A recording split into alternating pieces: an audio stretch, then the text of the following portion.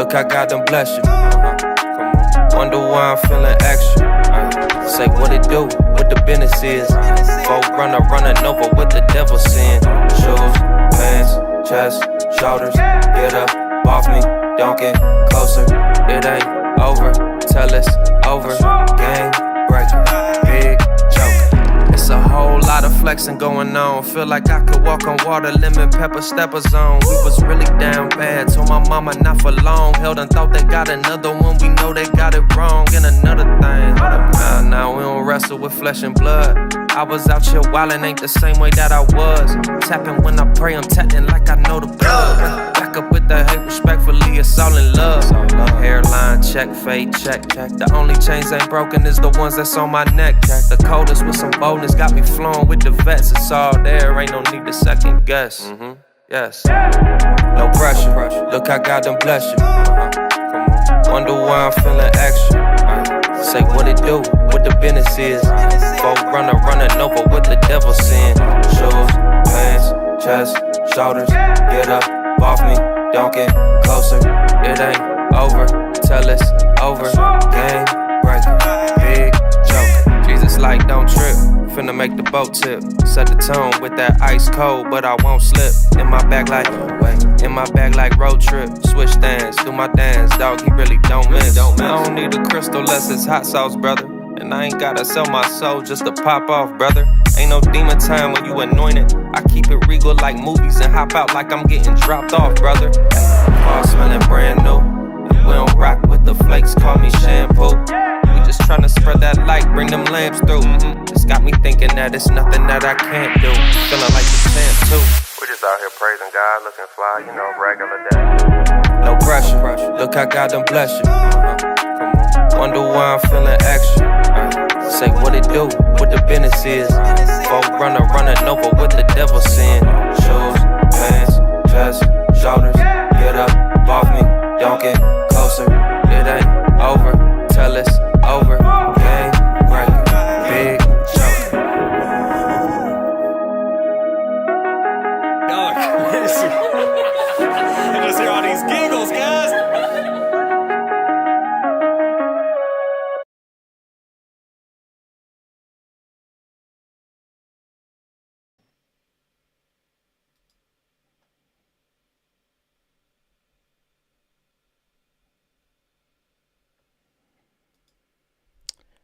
What's up, family and friends? Welcome back to another edition of the Wrap Up Podcast, where we dive into the latest news, sports, and culture. I am your host, Lenny B, and I appreciate each and every one of you for tapping in with me. Big shout out to those that's hitting the like button, sharing the vibes. Remember to put God first. Let's get to the wrap-up session. What's going on, my people? How y'all feeling out there on this glorious Sunday afternoon, night, wherever you are tuning in from? I appreciate each and every one of you for tapping in with me. I truly appreciate it. Much love out there.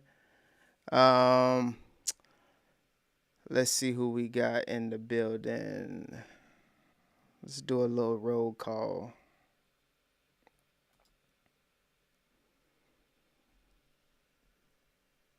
Oh, you know we got my big dog in the building. We got my boy Eric Payne in the building, a.k.a. Longfellow's finest. What's happening? Appreciate you for stopping in, tuning in with me. You know we got my boy FSU Rob in the building. What's going on, partner? Let's see who else we got. We got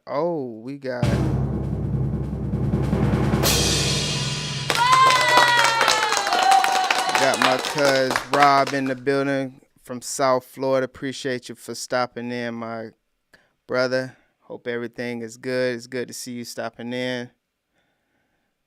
We got, who else we got in here? Oh, we got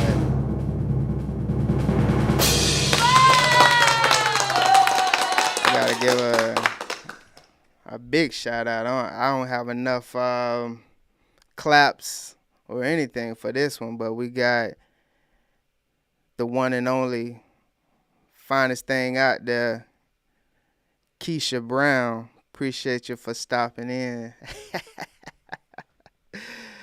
Oh man. Let's see who else.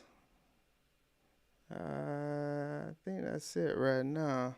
We'll probably have some more people stop in a little bit later. But I appreciate each and every one of you for stopping in on the quick one. So today we got, the title is going to be Idols. I kind of wanted to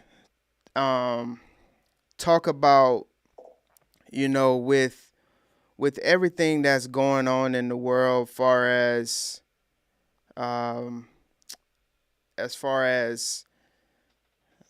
was just reading that real quick. Far as everything that's going on with Diddy, getting accused again, and we know his long history of what he's been going through in the media and what's on the back end.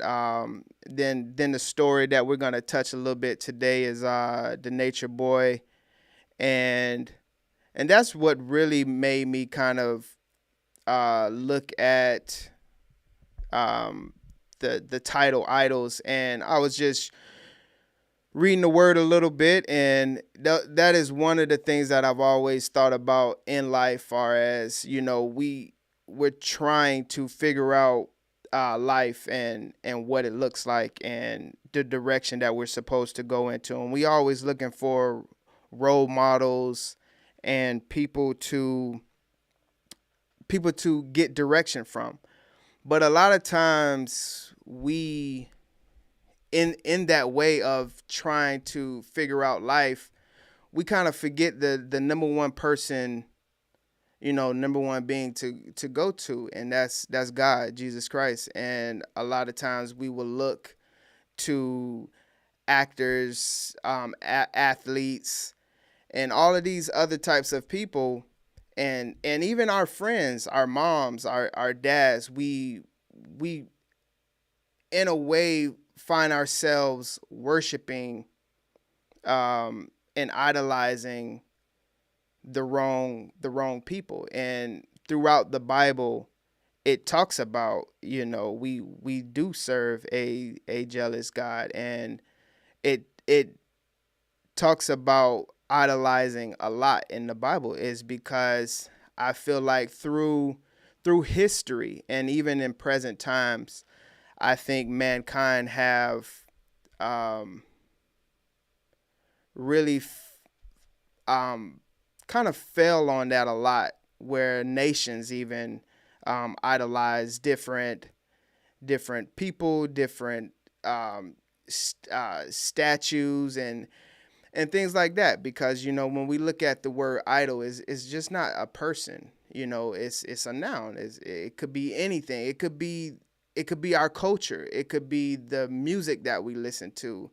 Idol could be anything that you are taking time from God, and because like right away we're thinking like, okay, God, like how should I, or you're thinking to yourself like, how can I make a better living, or how can I get this task done, whatever that is.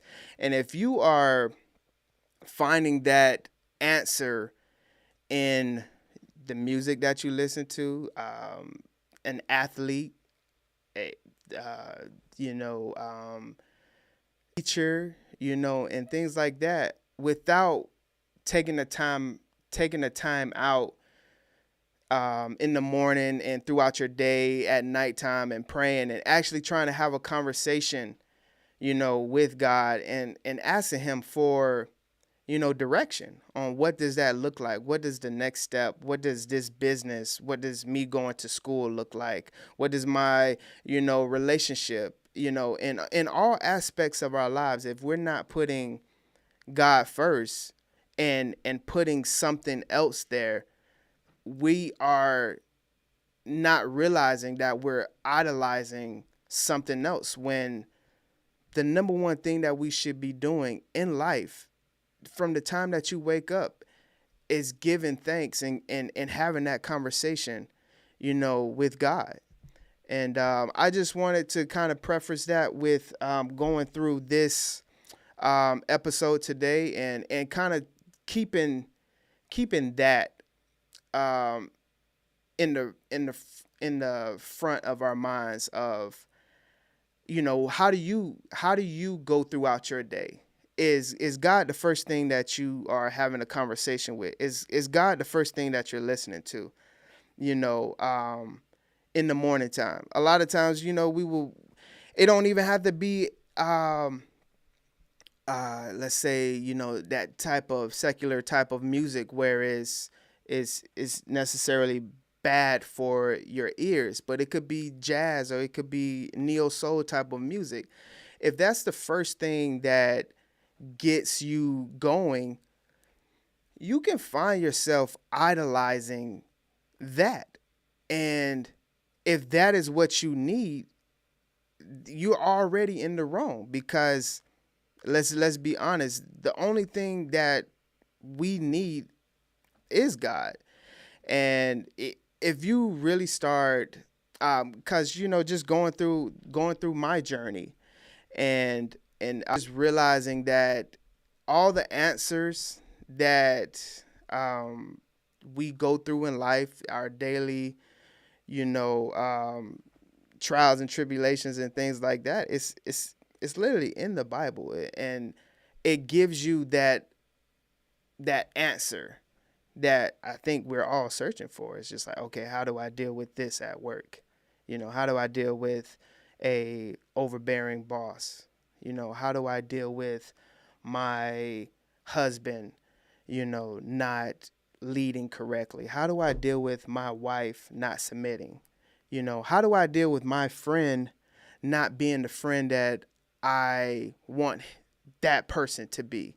How do I deal with my kids, you know, uh, not listening to me?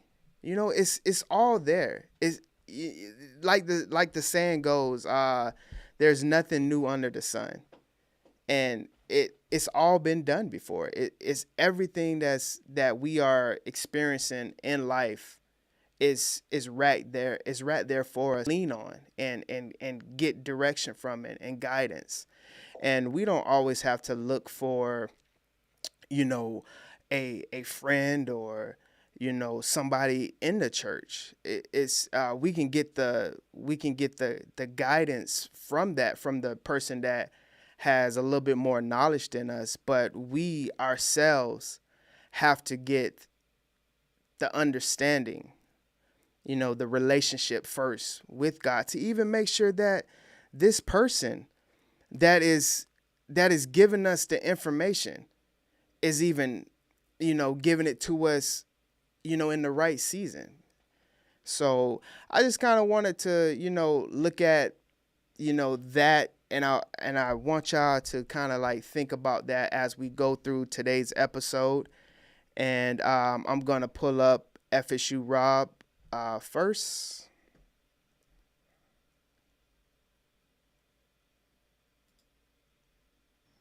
What's going on, brother? What's going on, my brother? How you doing, man? Good, man. Good to see you on this Sunday. Good to see you too, my brother. Yeah, Looking man. good, man. How you feeling? Hey, man, I'm feeling good, man. I can't complain. I can't complain at all. You looking good? Hey, thank you, my brother. I'm trying, man. It's difficult out here, but we push. I hear you. I hear you. Yeah. So today we're gonna go through a little bit of sports and a little bit of the culture stuff that recent news. I got a couple topics for us to go over, and we can see about that. So the first thing that we're gonna do is go over some quick take stuff that I feel like is necessary for us to be informed about, but we don't have to spend a good amount of time doing it. So let's go through that. Rapid fire type deal. Yeah, rapid fire. Okay.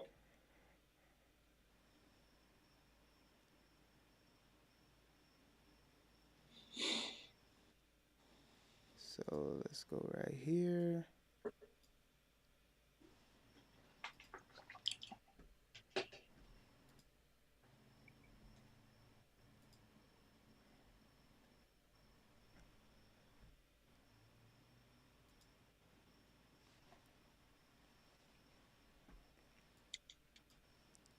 All right, let me pull you up real quick.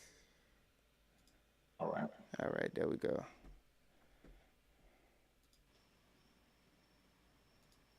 To spot shoplifters.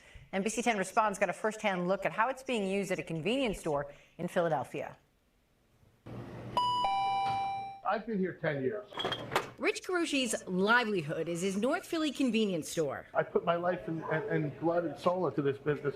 I'm here all the time. He says that livelihood was being threatened every day by shoplifters. We had, I would say, 2-3 shoplifters a day. A stolen bag of chips here, a candy bar there, adds up. Last year, I would say we lost upwards of $50,000 to theft. That's a lot of money.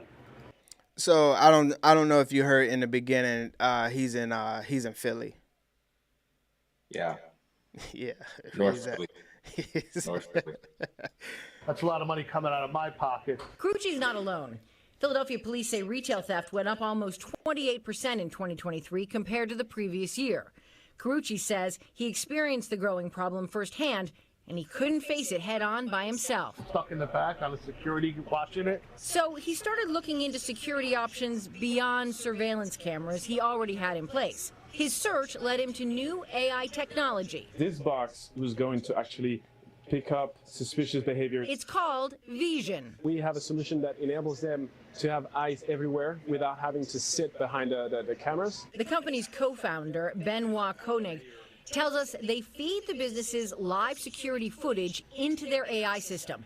AI then analyzes customers in the store and picks up on telltale movements that could suggest someone is stealing.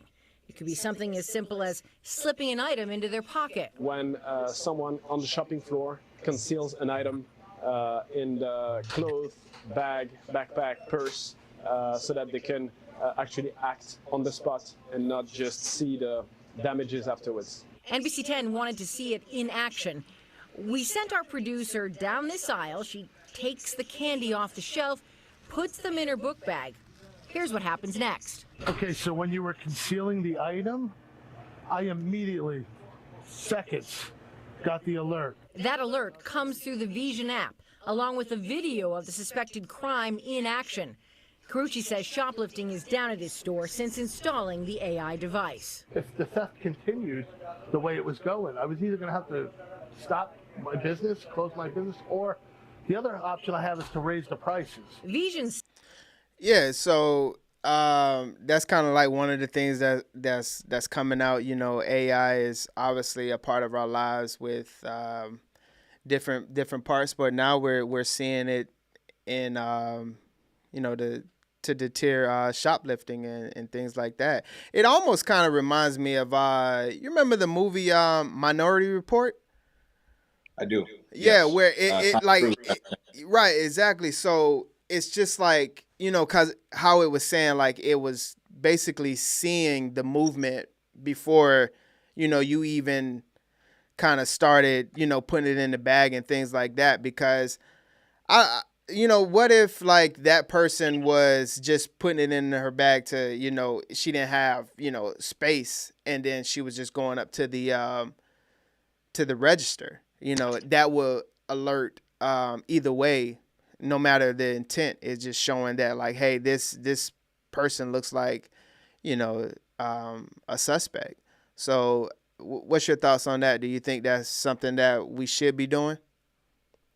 When you run something like that, right? When you run an AI, right, shoplifting deterrent like that, there are going to be especially with anything new, there's going to be overlapping and there's going to be growing pains. So yeah, there is going to be somebody, some kid that's in there. His hands are full, so he puts the candy bar in his pocket and he meant to pay for it.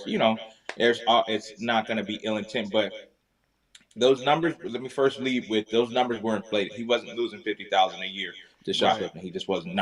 Okay, if he was losing $50,000 a year to shoplifting, he would have been shut the shop down. All right, Correct. So if so, but I do kind of empathize with him because that's his business. We don't like he built that brick from brick, you know what I mean? And no one deserves to be stolen from. That's one thing I can't stand is a thief. Like, why you gonna take it from me, man? You know what I'm saying? Right. Like, so I get where he coming from. So yeah, I look at it and I say, you know what? It's one of those things that should be beta tested. You know what I mean? Like it should be beta tested before we roll it out and have it, everywhere because you're getting dangerously close, like you said, to like a robot state. You know what I mean? Like and it's like I I hate it. You know what I mean? But at the same time, his store ain't the store to go in there and play that. You know what I mean? Like Right. Yeah. don't come in my for that because I got AI set up on your head when as soon as you get in here. Don't Right. even move funny in the back corners back here. You know what I Yeah. mean? Yeah, and that's what it almost sounds like a little bit too of even if you're moving, suspiciously, it could trigger, the app because the app Right. doesn't, it's the AI doesn't know the intent of, the person per se. It's just going off of, the behaviors that it's programmed to look at. There is gonna be a time where he's like, "Ooh, we got him. Let's ring him up. Let's, you know what I mean?" Like, and he hits the button under the thing, and it locks the door, locks the assailant, the suspect, and then it's just like, I didn't put nothing in my bag, Right. and then they search him, and well, AI up there in the corner says you was stuffing stuff in your bag, and it's like, no, dude, like what, So there is gonna be those mistakes, Yeah, So and I also think from those types of mistakes, could that lead to a more bigger issue far as just like, let's just say, hey, I'm in said convenience store and it looks like I am, trying to shoplift. And then let's just say the police come in and it's a big tussle and someone gets hurt, someone gets killed. And then it turns out that it could be because of the AI misread the situation. So right. I don't know. It can happen, and no, it's not that it can happen. It will happen. You know what I Right. mean? And it's not going to change. Like it's so crazy because we know how the writing's on the wall.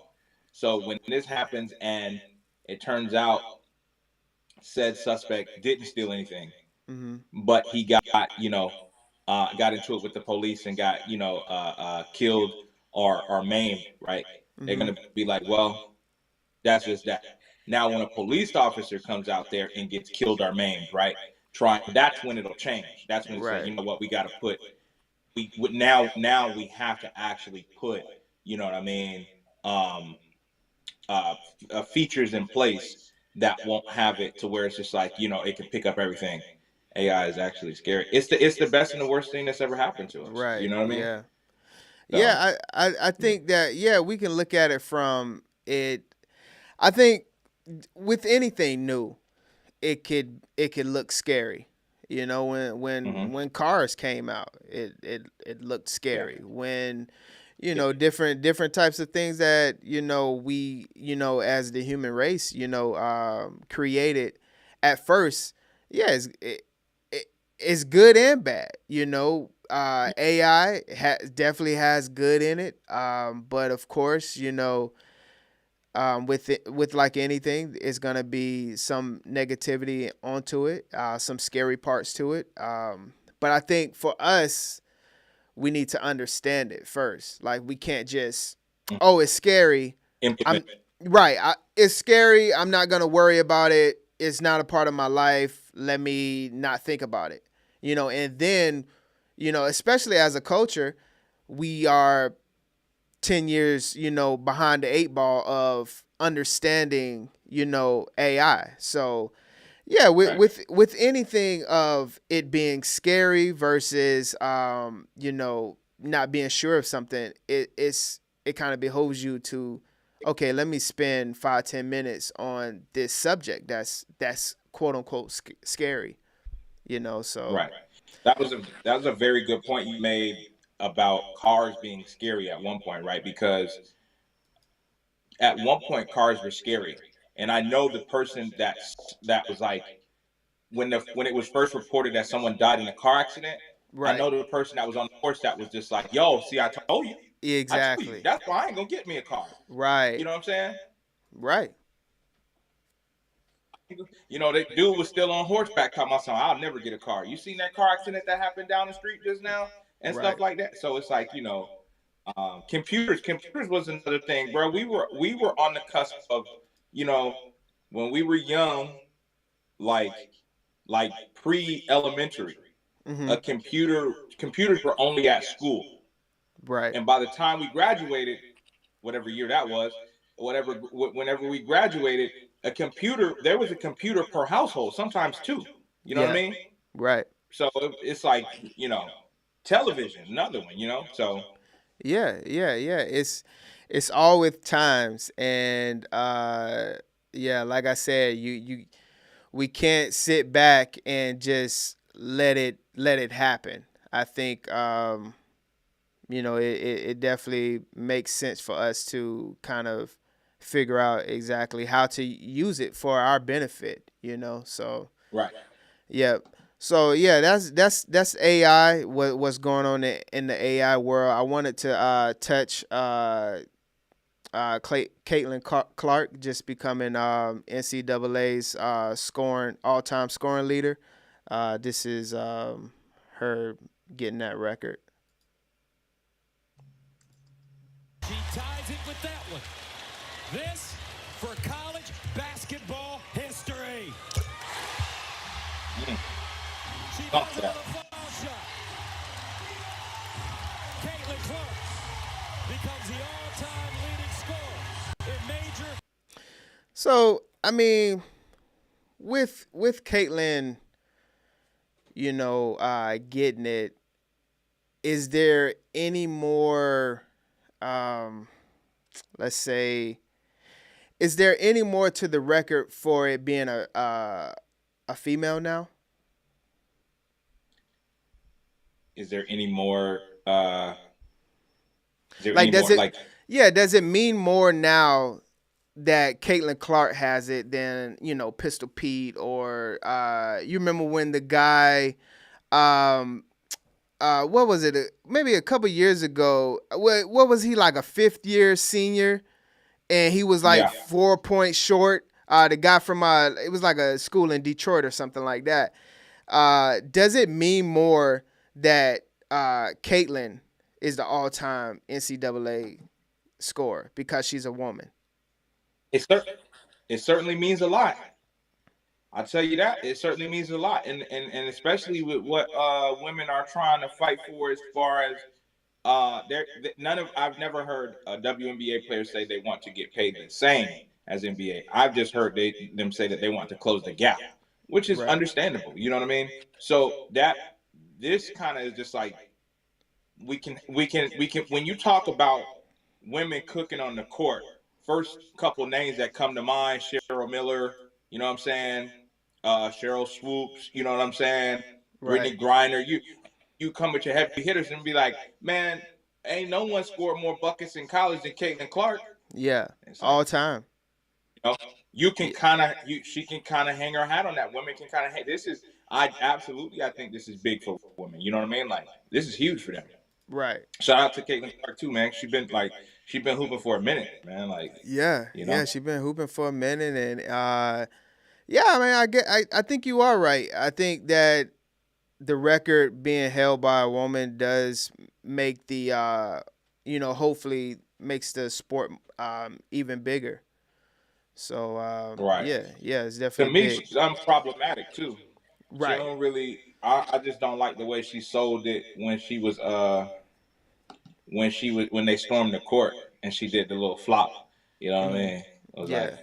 people can storm the court. Like and stop us from winning it. Like, Right. So are you saying that you don't have an issue with fans, the student body storming the court? not at all. Like, that's part of it. Like, that's part of the college experience. You can't do that in the NFL. Like, as happy as we would be if the Buccaneers won it all, we would just have to be like this in the stands, right? Yeah. Mm-hmm. Florida State has a big win. You know what I'm saying? We on that field. We storming the Right. field. You know what I'm saying? Like, and it's like, it doesn't happen every Saturday and it doesn't happen every basketball game because it only happens with like upsets. You know what I mean? They stormed the court because they beat Iowa and Caitlin Clark. You know what I mean? So I don't mind if they storm the court, but I do like double middle fingers to the face, like right in your face and stuff like that, and like all that stuff. Like, no, I can't get behind that. Like, press charges on them because it's no longer about Iowa. We just whooped y'all. Like, it's no longer about the opposing team. This is about celebrating my team. That's why we out here. That's why we. You remember when they took the goalpost in Tennessee? They beat somebody. They took the goalpost, threw it all the way in the river, bro. I love stuff like that. Like, Right. that's like an embodiment of college sports. It's a bunch of students at the end of the day. You know what I mean? So Yeah. But Yeah, I think I might have to take a different stance on that one. I actually don't like it. I think it was last week or so, the Duke player that got hurt from fans storming. And, I look at it as you don't know who's coming down on that arena, on that field. And if you've been, let's be honest, you go to a sporting event, you done been liquored up, you done got you a couple drinks there, and you go down there and you wanna test me. I want to talk to you. I'm in my right. Hey, let me talk to you. I'm in my right to give you one of those real quick. But because I'm the athlete, I give you one of them right hooks. I'm held at a exactly. I'm held at a different, when really you shouldn't even be down here. Exactly. You making it hard. You making a good argument for against court storming. It's so exciting, bro. I hear you. In honesty, them cats shouldn't even mess with that Duke player. We just beat you guys. Like, get out of here, man. Leave. You know what I'm saying? Like, but I seen that. That was very distasteful. Right. He ran down there. He got in dude's face. I think he shot him 2 birds to the face on a Stone Cold thing. You know what I'm saying? And then he just started, you know what I'm saying? Like, and then as he was to him, he got his clock cleaned by another dude that was running out there. And it's like, yeah, stuff like that is unfortunate, man. And you can't. I was gonna say our youth is misguided, right? But what can you tell a 21-year-old that's liquored up, bro? A 19-year-old that's liquored up. You know what I mean? Like, exactly. Yeah. You can tell them. Yeah, 18, 19. So. Yeah, like it. I mean, and that's the thing though. We can't even really put it on an age like that because last week we just saw one of the fans call Katie the B word, and all they was trying to do was get a picture. So, and if the 35, 40-year-old can't hold their liquor and be a respectable fan in the stands and stuff like that, yeah. How are we gonna expect a 18 to 22-year-old that got a couple beers in them and they get to storm the court? Nah. We're literally asking. We're asking for it. We know what's next. You know what? I am gonna have to. I am gonna have to agree with you now because something just popped into my head. I think it was last Sunday we was in here, and someone in the chat asked, "Will there ever be another Malice at the Palace?" And we was like, "Yeah, it's coming, yeah." But bro, this is the Malice. This could be the Malice at the Palace. Exactly. You know what I'm saying? Because, bro, I'm thinking about me and you. If me and you on the same team and someone is saying something crazy from the stands, that's fine. Now you're on the court and we lost. Right. Yeah. I'm gonna wipe the floor with you. Is what I'm gonna do. Like, Ex- you know what I'm saying? exactly. So like you have to be very careful with that. Like I get it. I love to see it on ESPN the next morning. But we're asking for it. It's only a matter of time where one of the players get pissed off because somebody stepped on his shoe or something like that and bumped them the wrong way. So yeah. Yeah, let's not do that anymore. Yeah. I mean, yeah. So let's go over to the DMV. I love it there. We have breaking news this afternoon. A girl is dead in what appears to be a subway surfing incident on a metro train. Yeah, this happened on a train near the Silver Spring station on Metro's Red Line. This isn't the first time someone has been killed taking part in what has been a deadly social media trend. News 4's Amy Cho joins us live from Silver Spring. Amy, what can you tell us about this tragedy? Yeah, riders have been stopping us all afternoon to tell us how shocked and saddened they were to hear of a teen girl dying in this way. Now, Metro Transit police say that girl was trying to subway surf on a Red Line train this morning near the Silver Spring Metro station. And now subway surfing is an extremely dangerous trend where someone tries to stand on top of or outside of the train as it is moving. Metro Transit police say that girl was killed around 10:30 this morning. They have not yet released her name or age. And this is unfortunately the second time in less than a year that someone has been killed in a subway surfing incident here on the Metro Red Line. Back in June of last year, a 15-year-old boy from Silver Spring died near the Brookland Metro station. He had fallen beneath the wheels of the train. And we have also seen subway surfing incidents in New York and San Francisco. Now, obviously, this should go without saying. Subway surfing is highly dangerous. Authorities say under no circumstances should anyone be trying to do this. The trend had first gained popularity on TikTok, but after numerous deaths last year, TikTok announced it would be pulling down any videos related to subway surfing. Today, many riders on the Red Line told us they couldn't understand why someone would try to stand on a moving train. Unfortunately, I don't know what this daredevil stuff is going on. It's been going on for a while, so it's unfortunate that these kids want to do that. Yeah, so I mean, we got subway surfing in real life, definitely, prayers out to the family and things like that. But it goes back to like I think it's like one of my very first episodes of speaking on it from all the Chinese that was coming over here in the from the border and stuff like that, and understanding like our TikTok in America versus Chinese TikTok. It's clear that they censor their apps and the internet and things like that. But why does it take incidents like this for our censorship in America to happen on TikTok? In my opinion, I think it goes back to, well, first off, I want to, prayers out to everybody involved. That's an unfortunate situation. And prayers out to everyone involved.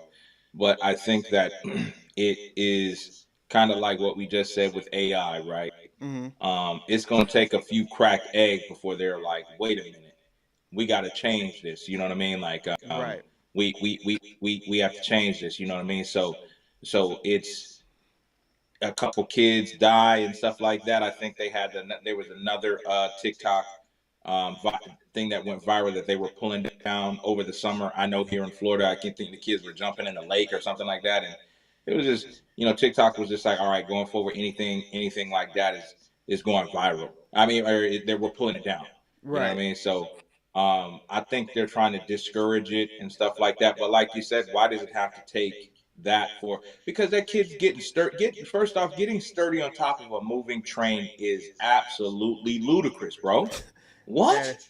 That's wild.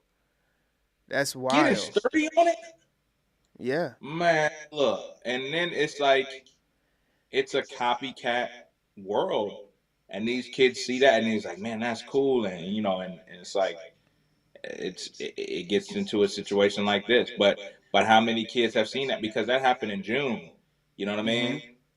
And then Mhm. now it just happened just now, you know what I mean? Like, so how many Right. kids are just now seeing it? They'll be just seeing it for the first time, and they like, oh, okay, I'm gonna. And then just because it goes up on TikTok and TikTok pulls it down, that doesn't mean that it can't be found. I'm pretty sure you could do a Google search for Subway. So you know what I mean? Like you can, so they're still going to consume it. Now they're Right. going to consume it even more that it's E- pulled down. You know what I mean? exactly. And kids will leave with that. Kids will leave with that. Yeah, I was the one getting sturdy on top of the moving train. They Right. pulled my video down at TikTok at 50K views or whatever. Go find it on, and it's like, Right. it's sad, man. It's sad. I It's sad, wonder. man. I wonder, like, far as the news outlets and you know, is there anything, because most of the time, a lot of times now we're getting most people are getting their news from social media, right? That's pretty much the world we live in now. Most people are not really watching Channel 3 news or their local news when they wake up in the morning. It's pretty much, hey, I'm gonna get on Facebook, the TikTok, the Instagram, and that's how I'm gonna get my news on my scroll.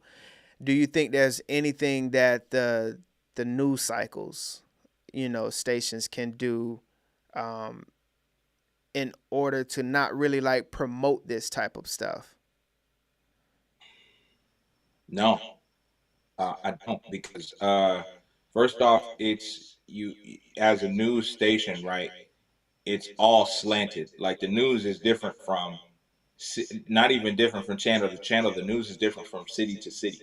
You know what I mean? Right. It's you can, because you can watch Channel 3 News in Miami and it's different from Channel 3 News in Jacksonville. Channel 3 News in Jacksonville is different than Tampa and stuff like that. So Right. national news like that is still national news, so they're still going to cover it, right? They're not going to promote it. So Hmm. I don't think that they're going, like, they weren't promoting that, they were shedding light on it. But I don't think that there's a way that you can just glance over that, right? Because then we, as the consumer of the news, would say, you got kids out here dying on top of subway trains and y'all ain't said nothing about it. You know what I mean? So I Right. think you're caught between a rock and a hard place of like, how can we cover this in the most delicate way to not make it seem popular. You know what I mean? Because I mean, obviously, when we were kids, there was stuff that was covered in the news, and they were just like, "This is bad," and it was like, "I don't know, that looked kind of lit. I want to," you know what I'm saying? Like, you know Right. what I mean? So, but they're trying. I don't think that they did it in a way that promotes it. But I don't think there's any way around covering stuff like that. You know Yeah. what I mean? Um, I think you have to cover it just for due diligence, and just note, and it's a news cycle. This is our business. You know what I mean? So Right. Yeah. Yeah. True. Comment here says BBC News is the best for international and national news. I actually agree with that. I'm actually a really big fan of BBC News. I think that's the that Brits, right? uh yeah, I don't know if you can consider it being the Brits, but I know it definitely has more of a, you could be right though. I know it does have more of an international type of letting you know what's going on without cuz CNN obviously is going to, and Fox is going to do national news, but we all know their bias Slanted. on, Yeah, is it's very their version of today's news. very Yeah, slanted, very yeah. slanted. Let's touch where you want to go? Let's touch LBJ real quick. Okay.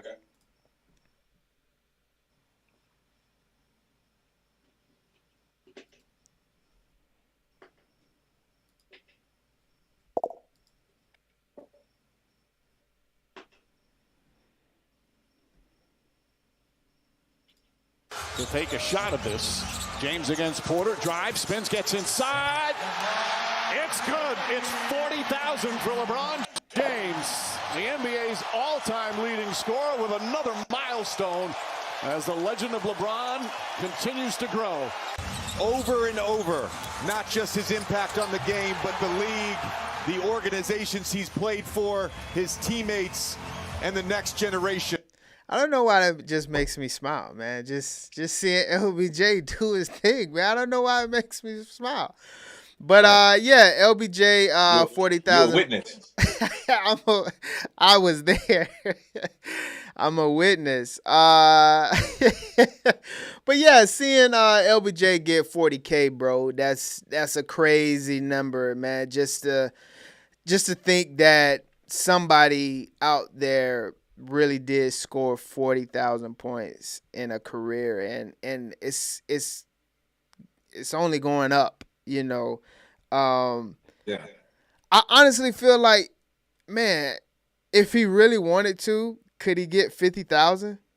I'm just saying, we're gonna make it quick because we'll take this for another time.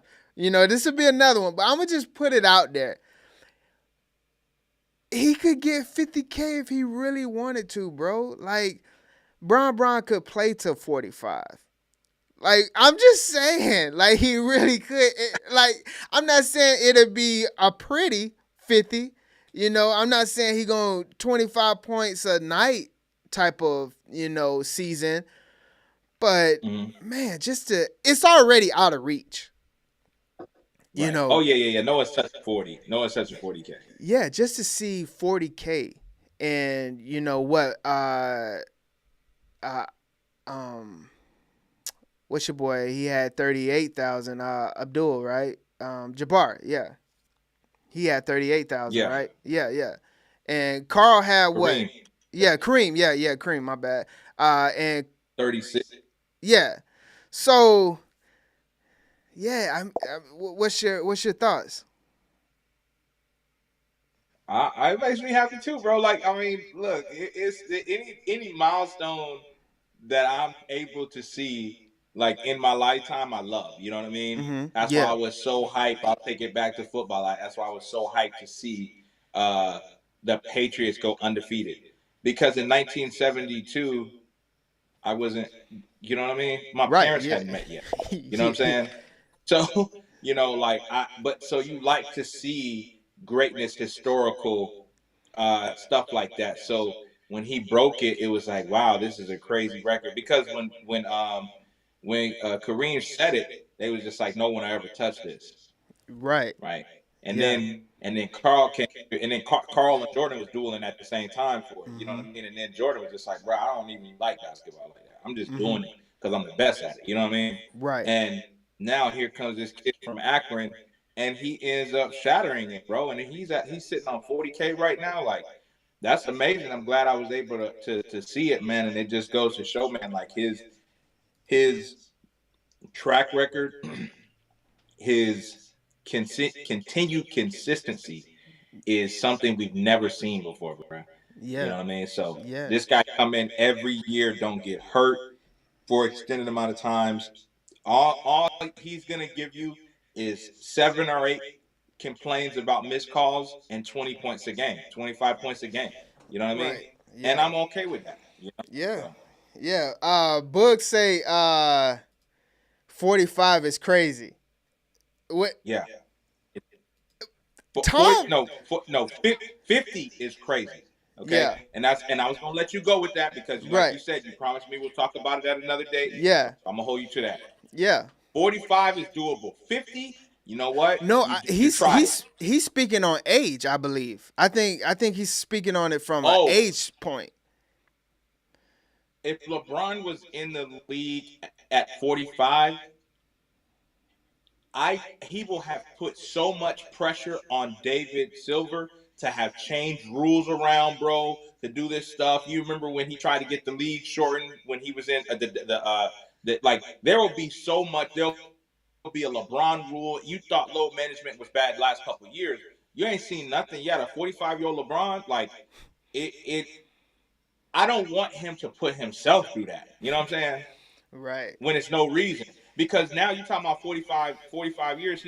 That's 5 years. Bryce is going to be in his second, third year in the league, bro. You know what I'm saying? Like, you know Right. what I'm saying? What we talking Right. about, bro? Because Bryce is one and done in college. Yeah, Believe that. shoot, man. Zuri might be in the WNBA. See what I'm saying? And then he's like, now my job finally done. I can retire. Now all my kids practice. I'm out. You know what I'm Right. saying? What's your I definitely Yeah. want to touch this because this is what we're gonna talk about next is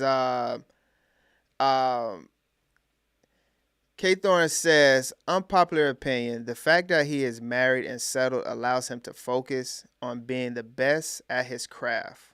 What's your thoughts? I definitely have an opinion on this one. I don't know. Yeah, I respect that. I mean, I respect it. You know what I'm saying? But I respect it. It's just, I don't know, man, because, like,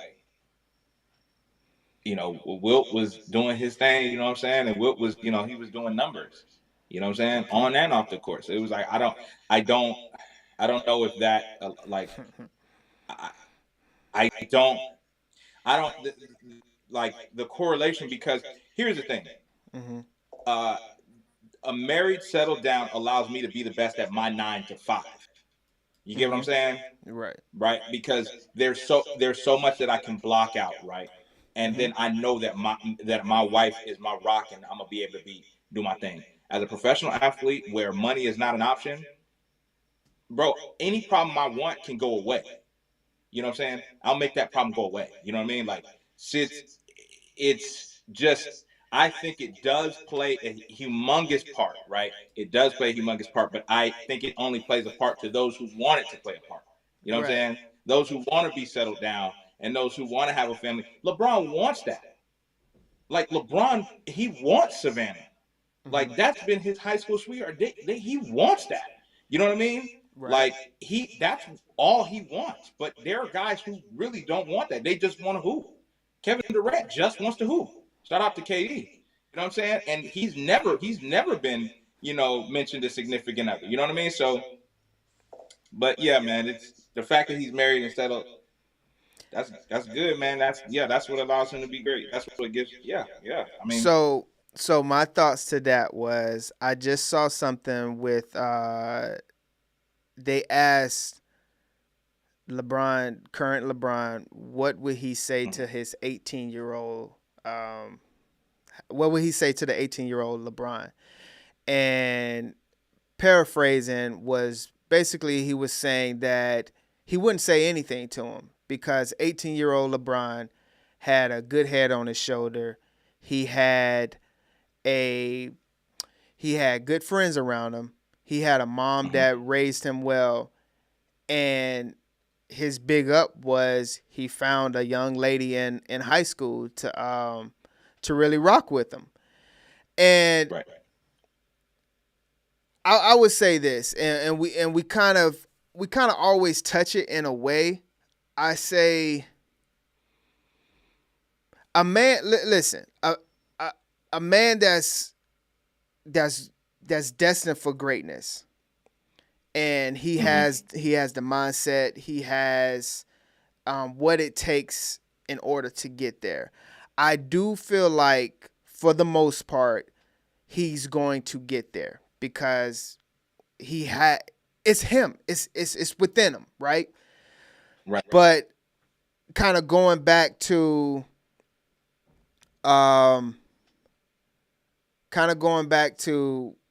what she said was allowed him to focus. And I would say I agree with the part of him being able to focus because let's be honest, whether you have $1 billion or one penny to your name, a man without a purpose is a dangerous man, that there's no focus there. And I feel like, one, he always had his purpose, and I do feel like with the group, and man, it's nothing like when you had that lady at home that really do like rock with you, hey, keeping that peace, it's and that's the thing though. I think we misconstrue like what men want, what's a husband, what's a wife, and all of these things like that, and what do you bring to the table, and all of that stuff like that. Because, man, let's be honest, a guy like that, he is able to obtain anything that he wants. He can throw money at it. He has enough money to throw. I want 3 women tonight. I want a massage every hour. I want, this and that and all of that. But man, it ain't nothing like coming home to some peace. And whether your lady cook that dinner versus, DoorDash or Uber Eats, or having a maid, or having a chef. The main thing is having someone that's like, yo, I know for a fact, like, my kids are good, they straight, they in bed on time, they not out here wilding on TikTok. I know my son is at home, not trying to be a girl. All of those things matter. Like, let's be real, bro. Yeah. It's a reason why LeBron has great kids. It's like, it's Savannah for real. That all goes to his wife. Like, he has great 1,000%. kids because his wife. I can't take nothing off Savannah, right? I think the point where what I'm saying is getting missed is, I don't think it's getting mixed though. Because I feel you. Basketball greatness, right? Yeah. His basketball greatness, he's 6'8", 250. You know what I mean? Right. He was going to be a great, like, that is what was given to him. You know what I'm saying? But he's not the only 6'8", 250 person ever created to play basketball though. Right. But I think he was chosen. I do think he was chosen. Right. And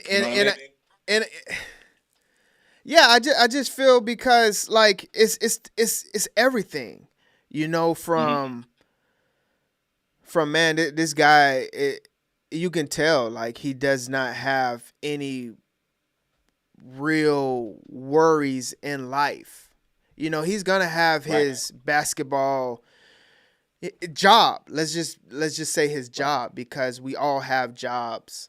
But just understanding that like he has a real support system that believed, like really did believe in what he had going on. You know what I'm saying? Like that. Right. And not to, because let's be real, like, okay, we've seen plenty of high school stars, college stars that were supposed to be something and have become great, people, players, whatever you want to say. But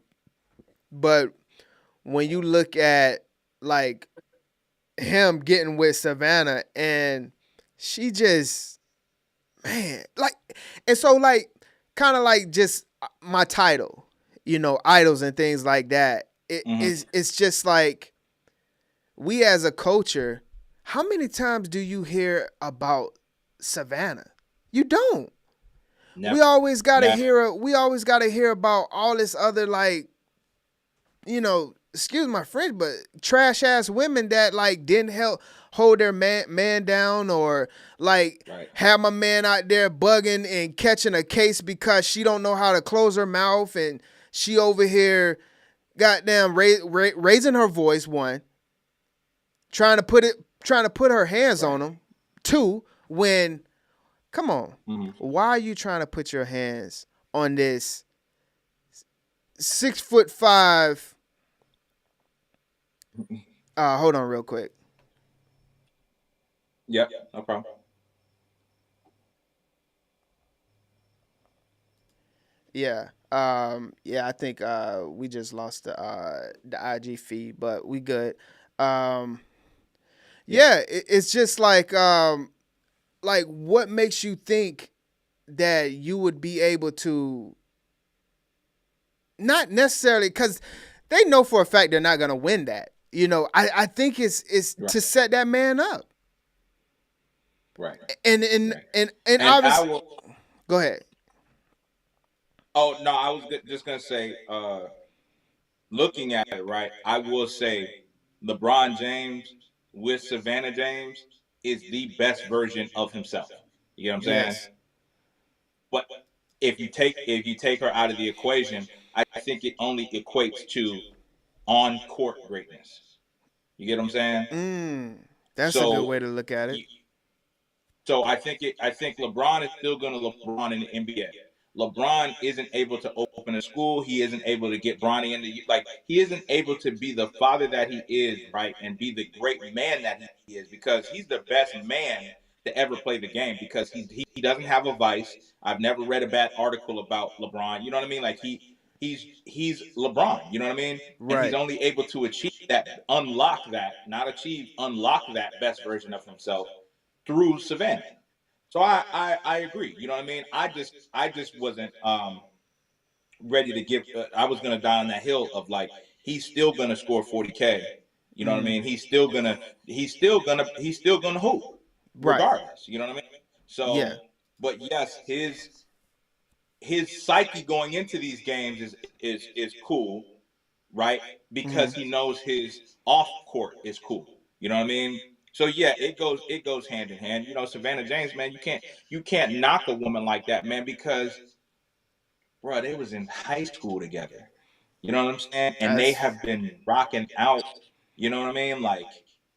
Since then, bro. So yeah, I love it. You know what I mean? I love what she's got going on. You know what I mean? So Obi crazy. We gotta have one. Yeah, gotta have one. And you can't talk to Obi crazy because he got that crazy jab. You know what I mean? You know what I'm saying? You can't. You know what I'm saying? It ain't like you can just talk to him crazy because he got that nice jab. You know what I'm saying? So, right. Yeah.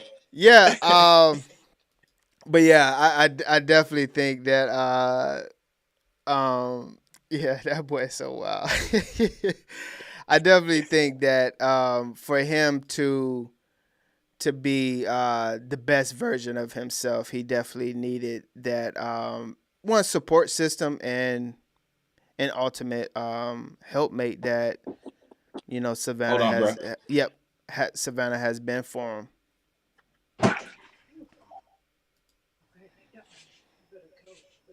Appreciate y'all still rocking in. How y'all feeling out there? Y'all good?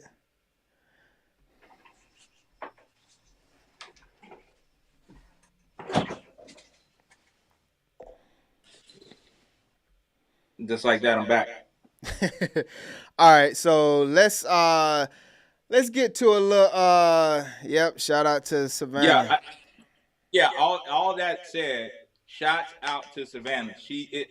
I don't know. I just be looking at stuff from a DA point of view, a devil's advocate point of view sometimes. Right. Like Savannah's the best, she the best, and you know why she the best? Because you don't hear nothing from her. You know don't. What I mean? You don't. You don't hear. There's so many times, and I don't even know if I want to say what I'm gonna say because it's gonna open up a different thing that we could just go on, and it'll be a whole different show. But there's so many other times, and I'll preface it like this: there's so many other times that you see an athlete, right, and he's like, "Dang, if his wife would just zip it, just zip it." You know what I mean? But yeah, more Savannahs and less Sufianas. Wow.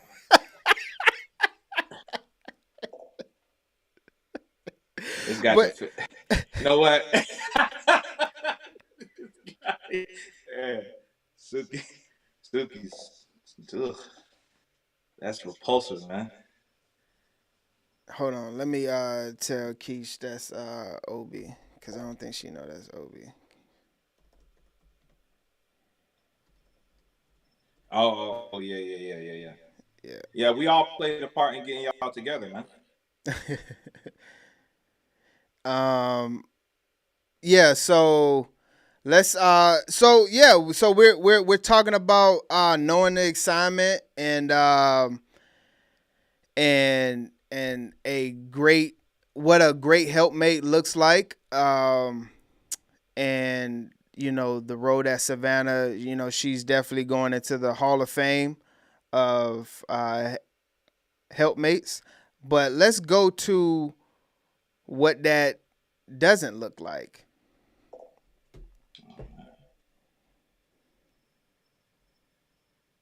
So do we know who? Let's go. Let's stay right here first. So okay, so this person right here. So yeah, so it's all about finding a helpmate. It's all about finding a wife to get that out of you, and not just like a man that knows his purpose, right? And a man that knows where he's going, and what that looks like when you don't have, the right person. And this is what that looks like. So this person right here, do you know who this is? Nah, brother. No, I don't. Oh, you don't know? Let's keep it real. We can keep it a buck here. Like we got females in the house. We got males in the house. We having a conversation, and this is what it's all about. So this woman right here is YasminLopez. So like when we look, it's like, man. Wait. Yep. I have heard of her. Exactly. I've heard of her. Exactly. Okay, let's now continue. Exactly. So this is what that looks like when a man is not, following his purpose and not looking at it from, okay, like I need somebody that's going to help me build, and not just like, obviously this is a very attractive woman. It looks beautiful, but let's be real. We all know that that's not just, walking around, that's just natural. We all know that she has, some work done and things like that to attract goofy men that don't have a purpose. So all things that look good don't make it, don't make it good. So I want to show you what that looks like when we out here just, willy-nilly and just trying to, get with anything that looks good.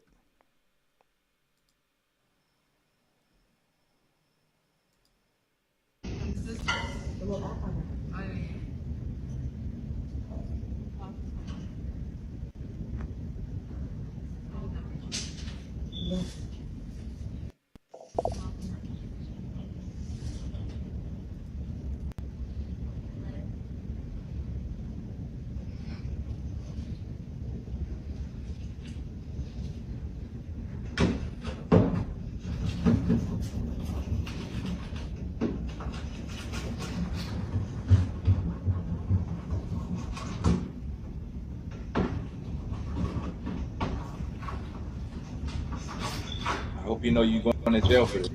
I hope she does go.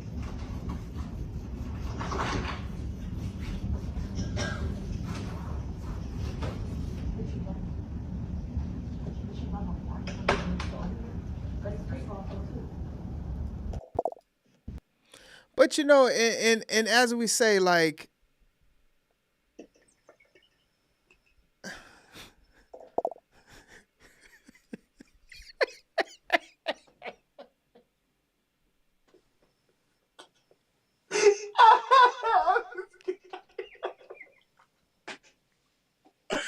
This guy say that's my purpose. Yo.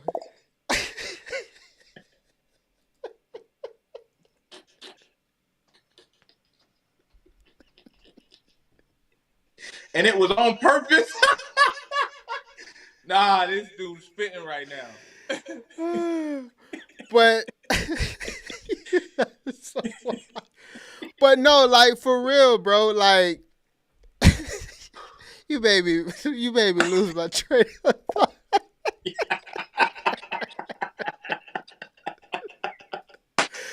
But real talk. But how many points say? It was on purpose, all right. Yeah.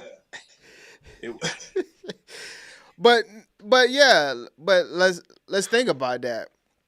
So that's exactly how it happens, bro, where you're out here, just fishing, and you trying to catch whatever that looks good. Now, mind you, you know that she already has a son. You know who her other baby daddy is? NFL player, right? Yeah. The homie from Miami. No. Trayvon Diggs. Oh, Trayvon Diggs. Okay. So she knows what she. Okay.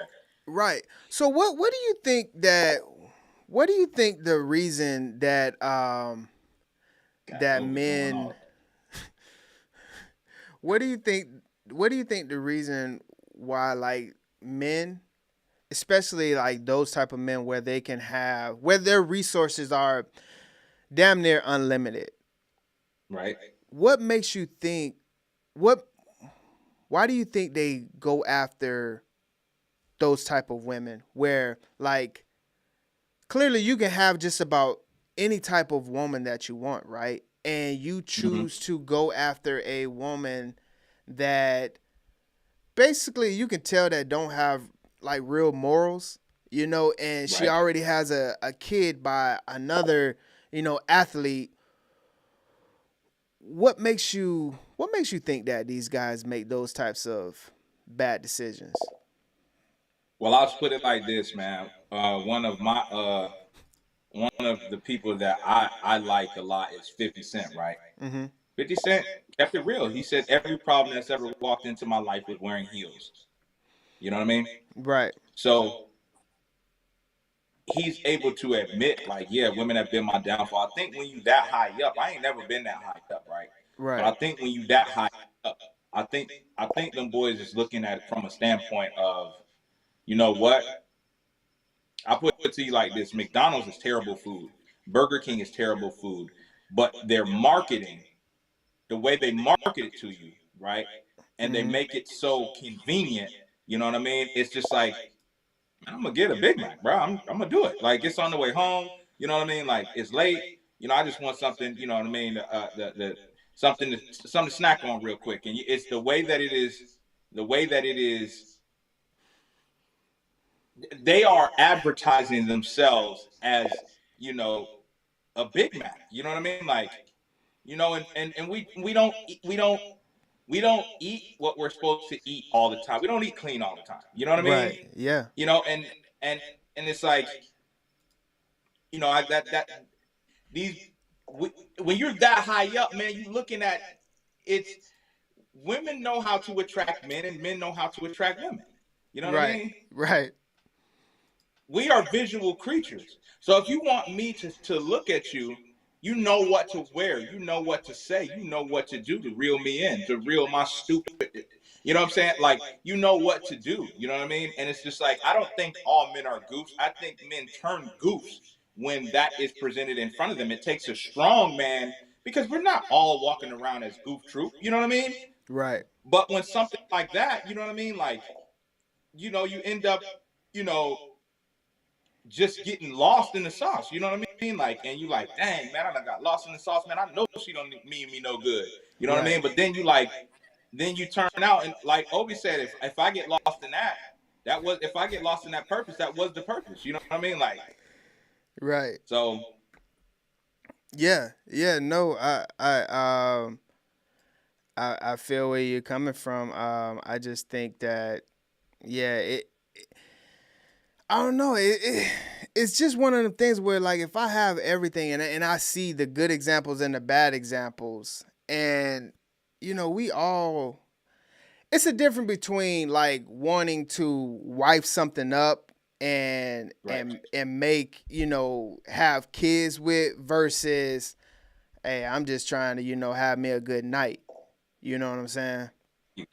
I just want to eat McDonald's tonight. Like, yeah, and I totally understand that part. Like, hey, yeah.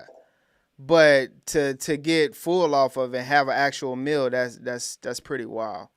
Now he's got the stomach ache. Now he's got the stomach ache from the eating all the fast food, and he's got his car scratched up. And it's like, yeah, she was wrong for that, but you shouldn't have been eating McDonald's anyway. You on a strict diet. You know what I'm saying? Like, so. Yep. I hope she goes to jail too, man. I hope she goes to jail. Yeah, and then that was my thing real quick before we roll off this situation. Yeah, she goes to jail for, for that, let's just say a couple of years.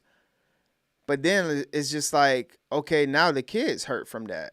Now the kids, have, basically two dads that are athletes that's, they're doing their thing, and now they have a jailbird mom. Right. Yeah. I don't want it to go for a couple of years. I wanted to go for a couple what? On some scared straight stuff. I don't want it to go for a couple of years. I wanted to go for a weekend on some scared straight type stuff. You know what I'm saying? Like, right. Yeah. So let's say I just nuggets. But see, no, you know what? No, you know what, dog? Now, I gotta say it. See, that's what happens is we go out, right, and then I go out and I say what's really real. You know what I'm saying? And then it's just like, nah, you know what? Actually, man, you might got a point, bro. You know what I'm saying? Like, come on, I know I got a point, bro. Right. Like, we all like to eat McDonald's. You know what I'm saying? Like, yeah. That don't make me goofy because I like to eat McDonald's, but it makes me goofy when I try to fill up on McDonald's. You know what I'm saying? Like what you said, bro. Like, get your nuggets and go, man. Yeah, you're right. So let's touch before we get to basically the main stuff of the show, because we got to touch Nature Boy and good old Diddy. But yeah, let's go real quick to Johnny saying that he would he's gonna boycott the Heisman Trophy until Reggie gets his back. What's your thoughts on that? Yeah, man, invite that man to the cookout. He's standing on business. How dare they?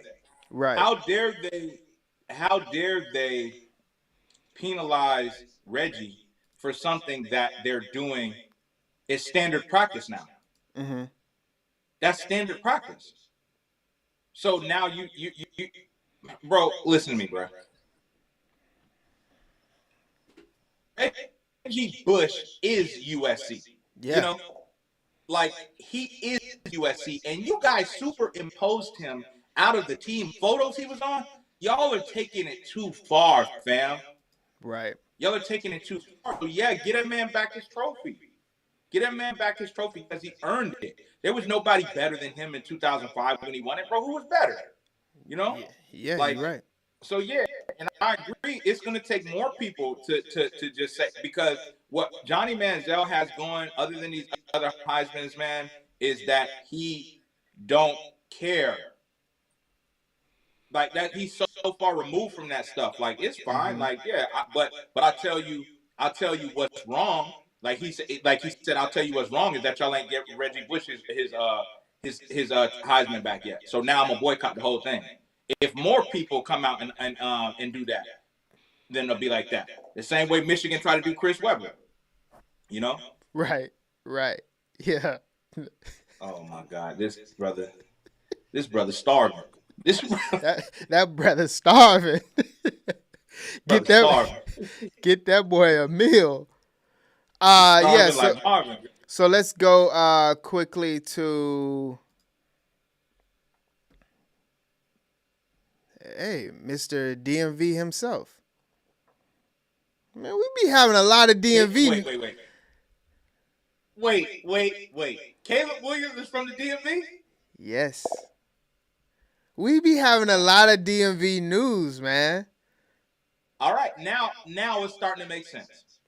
Yeah, because you know how they talk about hometown team going to the Commanders. Right. So. Yeah, so for the medical stuff, I'll be doing the medical stuff, just not here in Indy. I'll be doing it at the team interviews. Not 32 teams can draft me. There's only one of me. And so the teams that I go to for my visit, those teams will have the medical, and that'll be it. That part right there was is Caleb. Showed up to the combine to look around. Is he arrogant or just confident? Which one? He showed up. Let me say, he showed up to the combine to just look around. Like, he showed up and was just like, "All right, this is what y'all got going on. All right, cool. Yeah, I'm out." You know what I mean? Like, I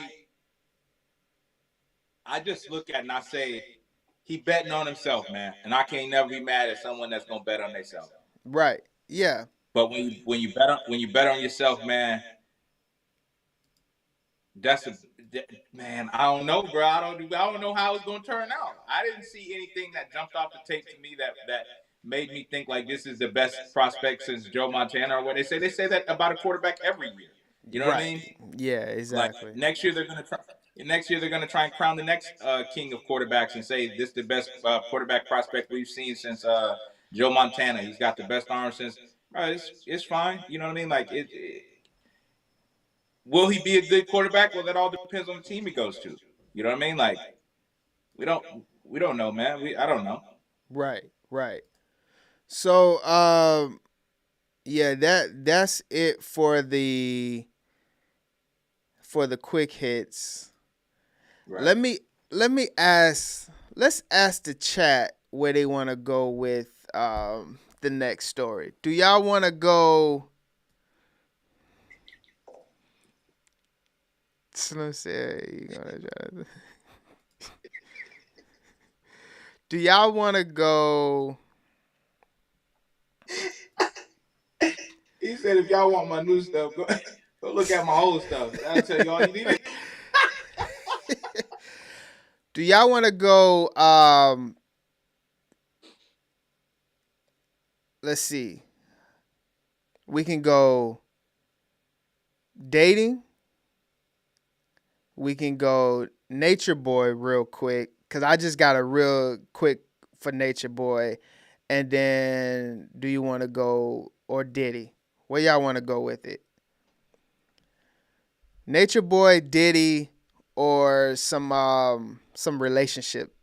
What a man is required to do. Where y'all want to go with it?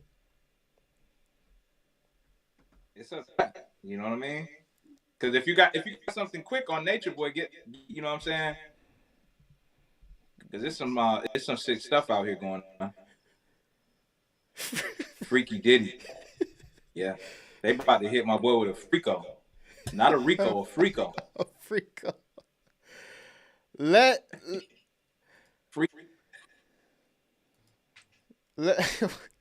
Wait, let's get Nature Boy out of the way real quick. I just want to show y'all this real quick. And this is what really get it a little serious real quick. This is what really kind of like had me thinking like, man, like we really do be lost and trying to find our way and things like that. And through us trying to find our way, a lot of times we get hooked up with the wrong crowds and things that we think is best for us, right? So right. Like even when it comes to like, you know, a lot of the Greek life, everybody wants to be a part of the Greek life because it's an organization and everybody feels like they want to belong to something. And for me, I'm always kind of glad that I never went that route far as anything, honestly. Greek life, Masons, and things like that. It's tempting, of course, especially when you're young and you're trying to find your way and you want to belong to something. But I've honestly never felt like I should, belong to a group or something like that. So I'm kind of glad I've never had to like really deal with denouncing that stuff, because as I was kind of doing a little research and things like that, it's a whole movement on people denouncing the Greek life because of the rituals and things like that you don't realize that you are doing in the time. But once you really start getting in the word and once you really start understanding God, you realize that, like, dang, I'm over here like serving another God or serving, an idol and not really realizing it. And so I'm very glad that I never went that route. And let's touch this Nature Boy real quick, and then we can go to the other parts. I just want to make sure that I have the right section of this, because my boy was... I was out in the fraternities, bro. They say you had to get spanked by another grown man. I was like, that's cool. I'm cool on that one. Yeah, you don't realize like how much you have to do, and a lot of those guys do, and females do know what they had to go through in order to get to that. But a lot of that stuff is just, you don't really have an identity, me personally. Right, yeah. So yeah, let's look at yeah, it really is. It really is, bro. So like, it's funny to think that, because Nature Boy is obviously not the only cult leader. It's so many in the past. It's another cat that's out here right now, black dude. We probably follow him one of these episodes. But look how wild my boy was.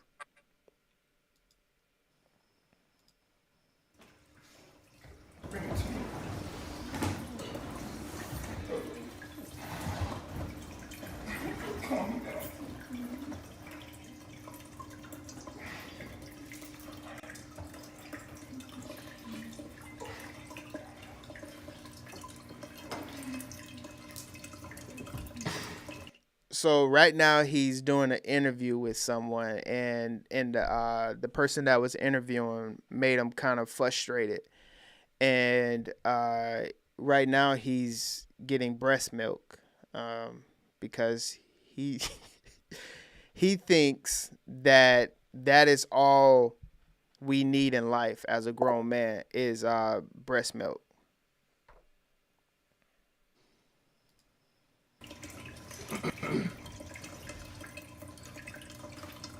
What's that dripping in the back, my bro? It ain't the breast milk. Okay, man, listen, brother.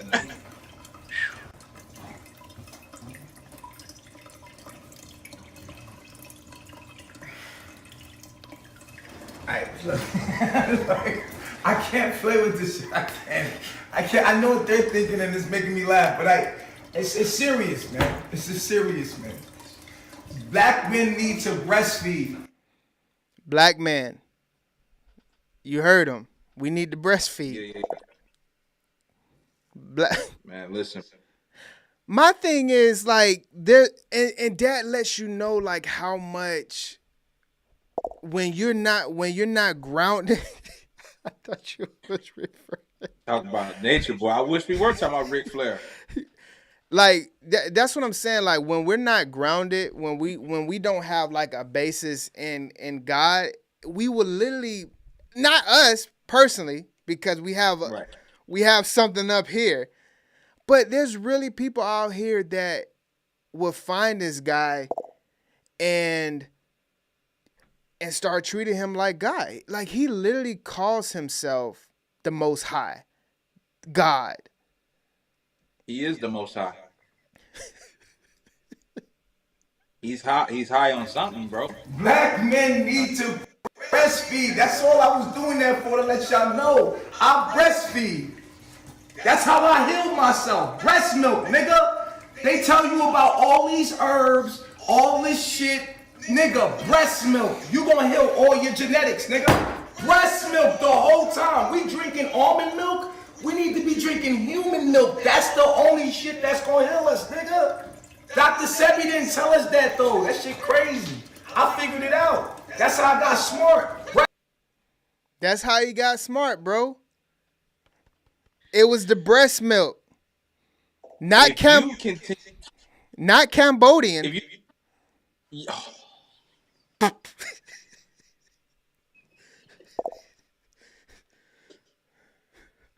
It was. He's no longer free, by the way. He's locked up. Yeah, he got life.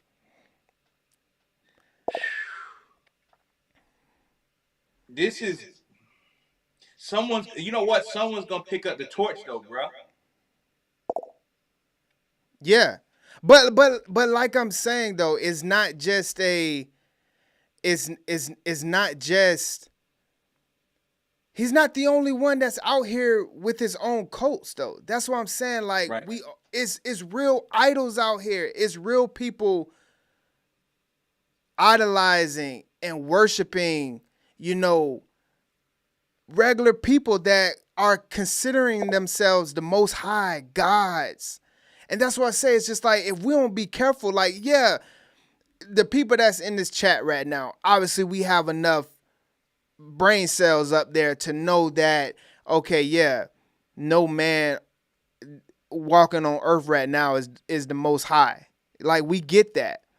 But we know a lot of loony people in this world, bro, that would look at this guy that he's quote unquote, you know, demands respect and he's getting it, and seeing how he's moving, where he got women and men following him.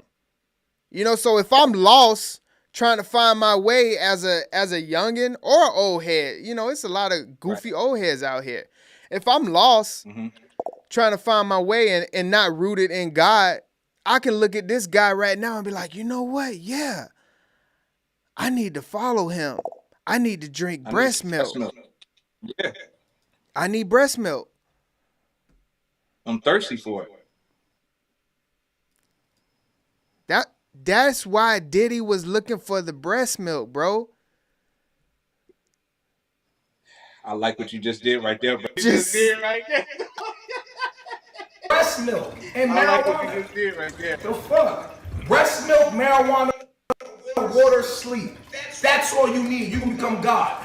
I swear to God. Breast milk, nigga. I breastfeed. You swear to who? Dead ass. And if you can't get breast milk, we lost the connection on YouTube. Yeah, so I mean, he's just over here, you know, he considers himself you know, the Most High. He considers himself God. And yeah, a lot of times, man, like, yeah, like I said, we don't have to worry about stuff like this, but you just never know. You know, you got a lot of people out here. Cults are real, you know, from the Mansons to now freaking the Jim Joneses back then, him. Indianapolis. Yeah. Like it's a real thing where people feel like, yeah, I want to join a organization like this, and it's wild to think Obi that. Caught that. He said Obi caught that when I said. He said, "I swear to God," and I was like, "You swear to who?"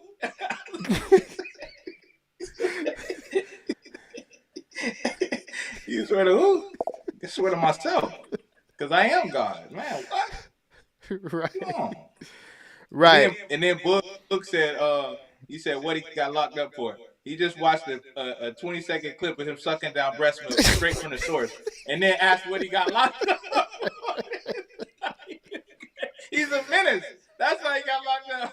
He's an absolute menace, and he was. Hold on, He real was out quick. here wilding. I wanted to show you. Let me see if I can. I think it was one other thing. Yeah, he calls himself. Yeah, this boy was wild, man.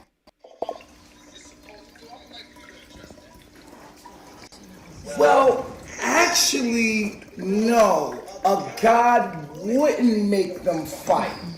A god wouldn't call them names. A god would actually kill them.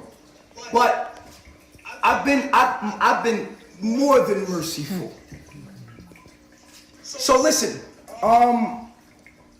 what's important about it is that our women are goddesses beyond their imagination.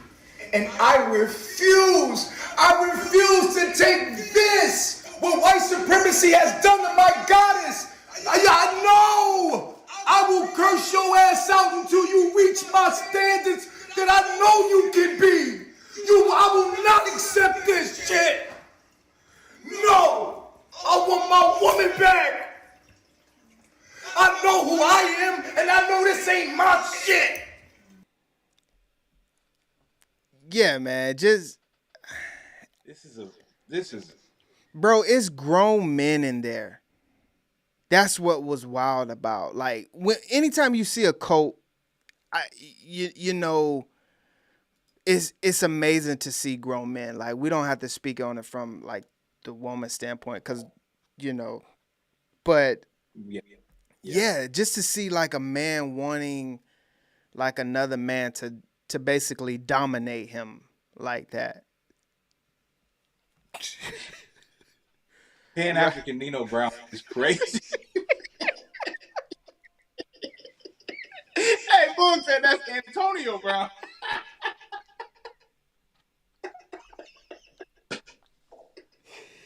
Yo. Oh man. Yeah, so you for real though, on that one other man that dominates you though, for real, bro. Yeah, exactly. And so they was throwing up the 3, and he called himself Nature Boy, and he also called he started as Nature Boy, and then at the end he I guess you would call it morphed into 3 God was before he got locked up or whatever. But And yeah, you know man. You know it's sickening because, like you said, he's got grown men in there, right? And those grown men, obviously, they have their girlfriends in the cult, right? Mm-hmm. And you think if my wife or my girlfriend, right, if he wants to have breast milk straight from the source, he feel like he could take that from any girl in there. Right. And that's like, bro, what are y'all on, fam? He's suckling from whatever he wants. Because the world, I'm literally y'all God. So how can you refuse me your chest? How dare you? You know what I'm saying? On some stuff like that, and it's like, nah, bro, like this stuff is like, that's crazy stuff, man. Like, that's wild, it's man. I'm glad they brought you glad? Yeah, got him off the street for sure. Yeah. Let's touch this real quick. We got some ladies in the inventory of myself in the building. Desires, and I have put a. Let me just go back a little bit. All right.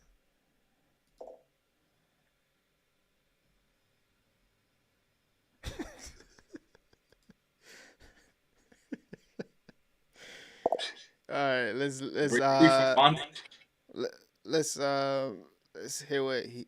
hear what old girl got to say.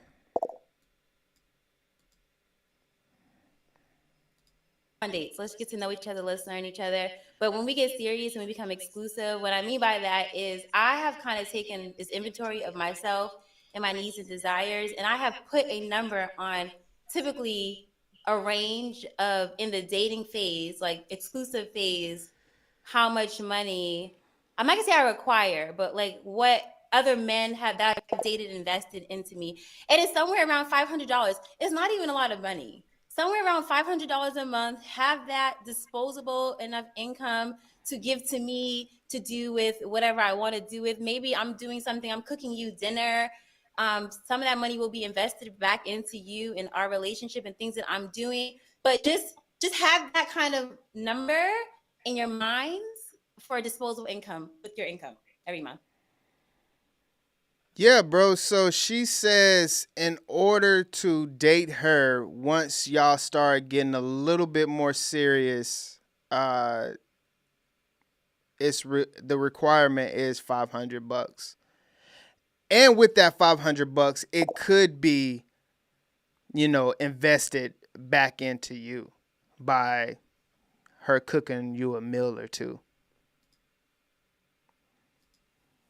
Yeah, man. My only thing when you do stuff like this is when you turn like love or what's supposed to be love and romance into like a transactional thing, you can't go back from that. You know what I'm saying? Right.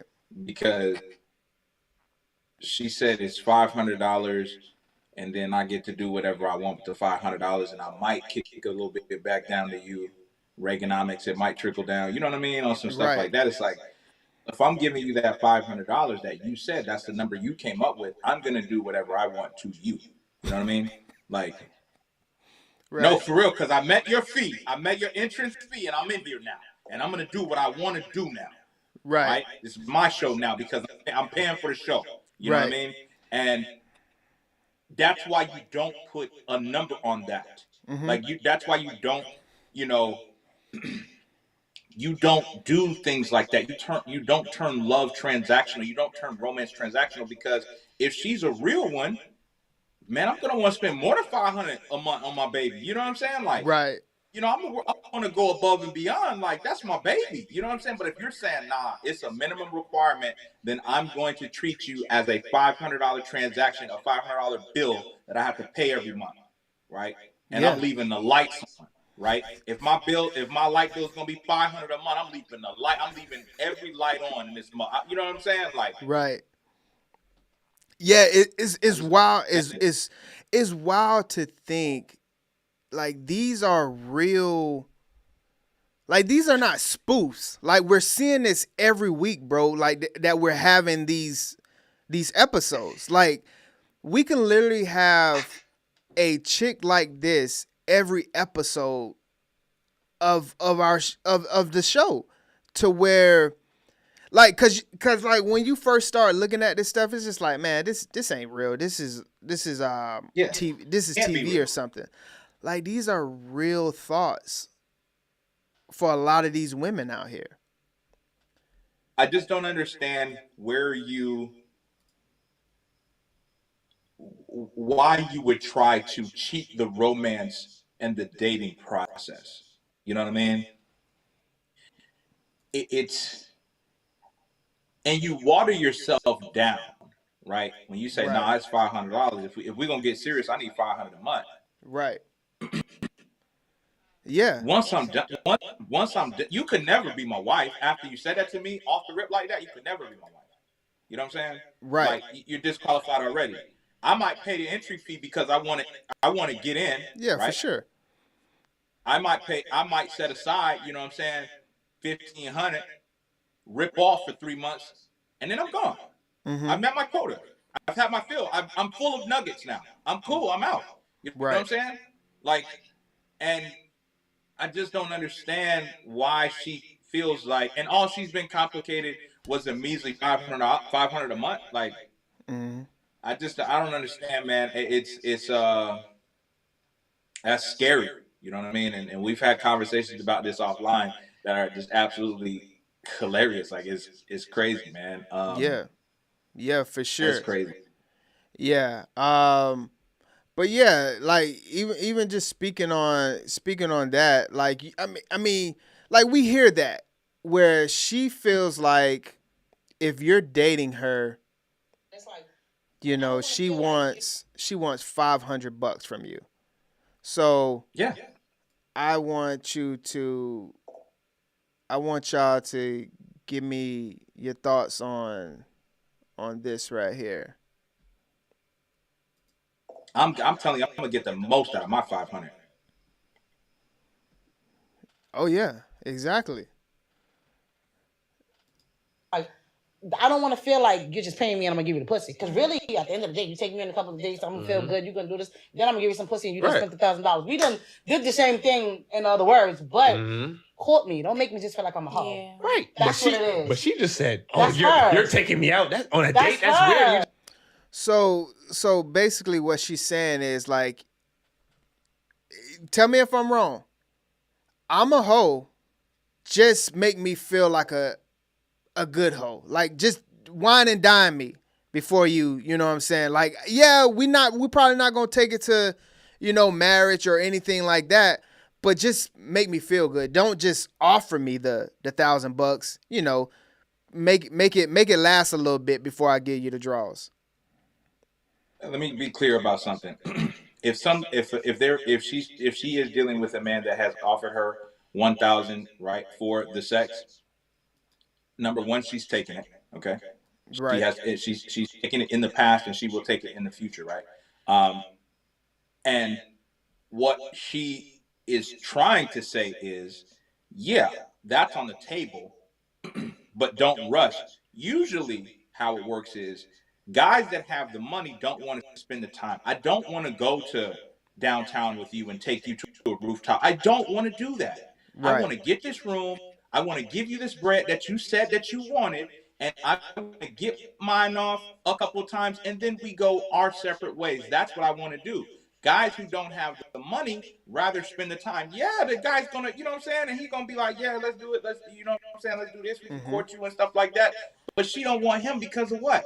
He don't have the money. You know what I'm saying? Right. Like the guys that are willing to take that transactional, it's because they're not trying to court you. They don't have the time to court you. They either got to be back at work. They either got to do something like their $1 million job, their $500,000 a year job, their $100,000 job. You know what I mean? Like she is trying to get something that is unattainable. Yeah, I am a hoe, but treat me with respect. That doesn't go hand in hand. You know what I mean? I'm a moron, but treat me like you're smart. What are you talking about? Right. You know what I'm saying?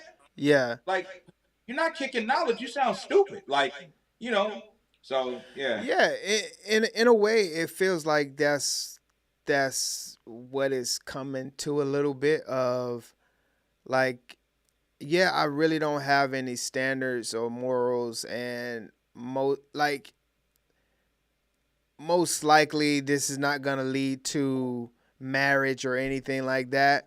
But I'm not just gonna one night stand you, or I'm not giving it up the first night. It's gonna be a couple nights, but I'm not really worth anything anyway. That's what it kind of sounds like in a way. But and she doesn't value herself, and that's what sucks about the situation, right, man. Yeah, she doesn't value herself. You know what I mean? Right. And let's go on a little bit further in this part. That's what a woman 50-50. Some women don't want that. Date me, take me out, even if we don't go. Just at least when I give you the pussy, makes me feel like you worked for it. Right. And because I'm doing what you would prefer, right, I would prefer that you be honest. That's it. So preference? No, I don't. That's why. You know what it takes for a woman like me to go out on a date? Wait, say that again? It's a lie. You know what it takes for a woman like me to go out on a date? What'd it take? I gotta get a babysitter for my kids. Okay. Should a nigga pay for that? Yes. Because guess what? Now. So that's a question for everybody right there. If I want to date, if I want to take you out on a date and you have kids, should I have to pay for your babysitter?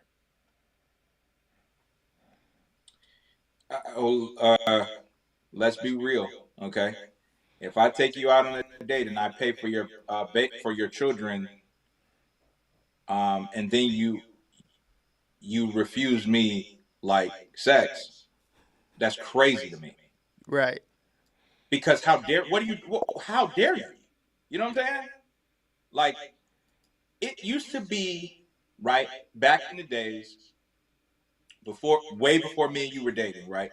They used to have that saying, girl, if you go out to eat with this dude and you order the shrimp and lobster, you know, Right. know what that come with. You know what I'm saying? Like, Right. you know what he's going to expect. Is that right? No, that's not right. That's not a right way of thinking. Like that I have just because I spent something that I'm entitled to your body or whatever. You know what I mean? Right. That's that's not a right way of thinking, but that is the way of thinking. Yeah. You know what I mean? Right. So I just you shouldn't put a price tag on yourself because you're priceless.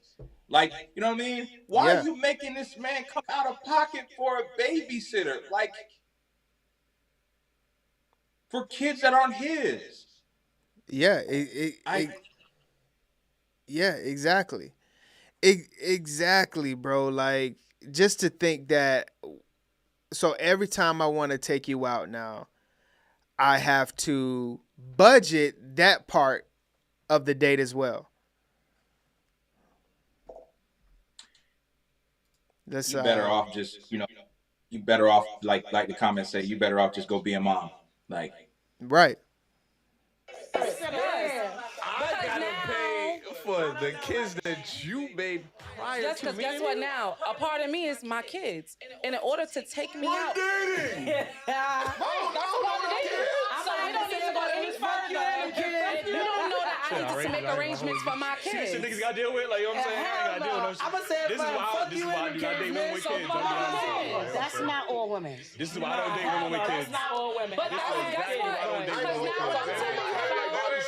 I'm telling you about. Now finish. Because now when I'm telling you about I gotta close my business, if it's a weekday, if it's a weekend, I have to make arrangements for my life. My lifestyle is I'm a business owner, I'm a mother, I'm holding down the household. So All that does is just sounds like she's an adult.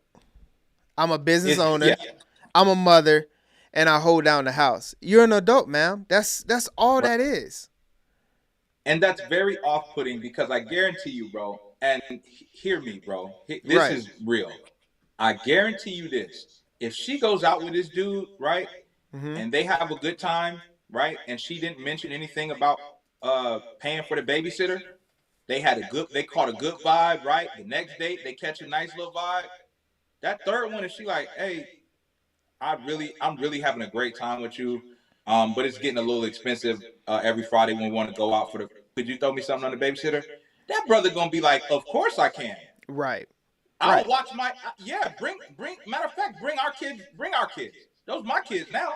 You know what I'm saying? Like, but when you push it off onto me as like this is my responsibility, I got my own kids.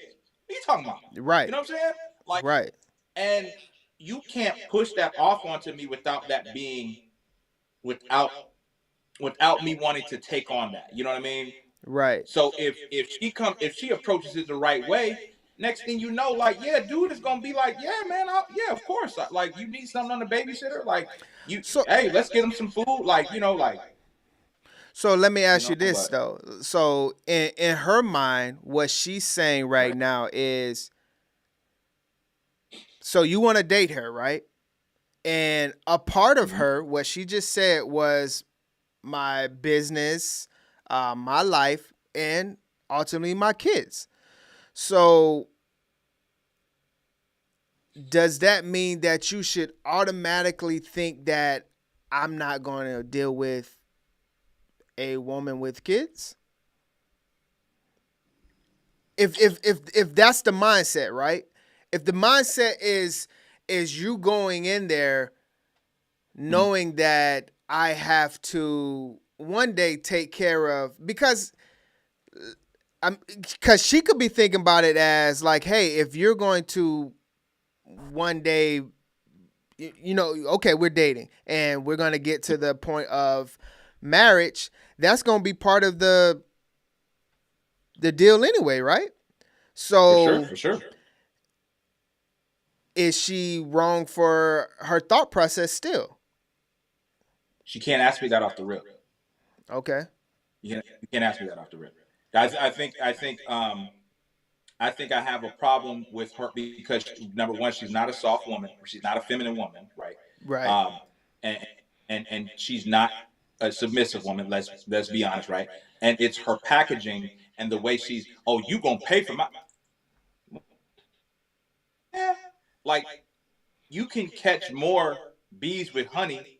You know what I'm saying? Right. Than you can with what I mean? So it's like it's her delivery, bro. Like it's off-putting, bro. It's off-putting because if she were to say something like that to a brother like me, I'd be like, when we get to that point, I would just cancel everything. You know what I mean? Because you're so off-putting. You know what I mean? And if she was upfront with that, if I did say, hey, what do you got going on Friday? Oh, Friday's a busy day for me. I was like, well, I want to go out here. Oh, well, I need something on the babysitter. You don't even know me yet. Right. We could go out and have a bad time. You know what I'm saying? And I'm out of $250 for the babysitter. I know babysitters are taxing out. You know what I mean? So it's like, I don't know, man. I just think she's got a very altered view of how it's supposed to be. You know what I mean? Like, you can't put that on nobody off the rip. Yeah. So let me ask you a question. When is it okay for a guy to call you daddy? Wait, what? When is it okay for a guy to call you daddy? If your son calls you daddy, like, oh man. This is true, bro. I'm just asking. It's never okay, dog. It's never okay. I'm just making sure. I'm not your father? Right. Like, come on, fam. Right. I'm just freak Mills, man. I'm just trying to figure out when is it okay for another man to call you daddy? Never is the answer. That's a fight. Right, exactly. I'm attacking you off on the rip. You know what I'm saying? So first, I'm gonna preface it with, I didn't hear you, brother. You know what I'm saying? Just to make sure. You know what I'm saying? Because he could have said, "Yo, what's up, big catty?" You know what I'm saying? Cadillac. Right. You know what I mean? Okay, this is the South. But if you said what I thought I heard you say, I'm gonna try my best. You know what I'm saying? Like, right. Man. So let's get into the wonderful world of Puff, P. Diddy, Sean Combs, Mr. Combs, whatever, Mr. Love. Yeah.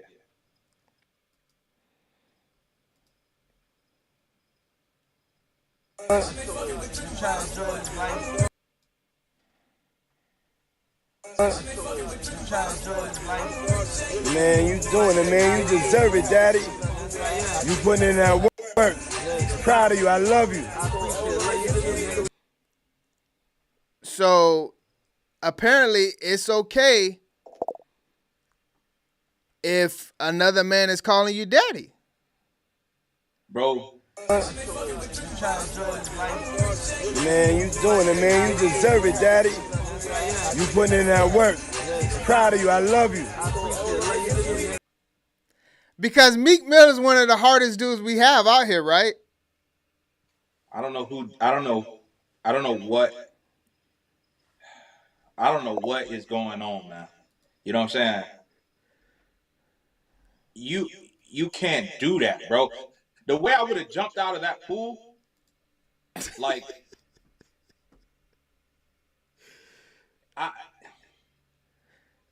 that's sad, bro. That's really sad. So, over the week, Lil Rod, which was his producer, Diddy's producer, came out with the sexual assault charges. Obviously, it was a 63-page complaint, and just going over it, bro, like looking at some of the stuff, It says, I wanted to go over something real quick. What did it say it at?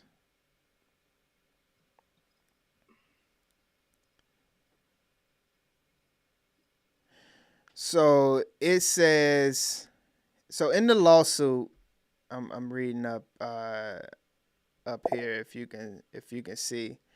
In the lawsuit, Lil Rob claims that Diddy forced him to work in the bathroom as Diddy showered.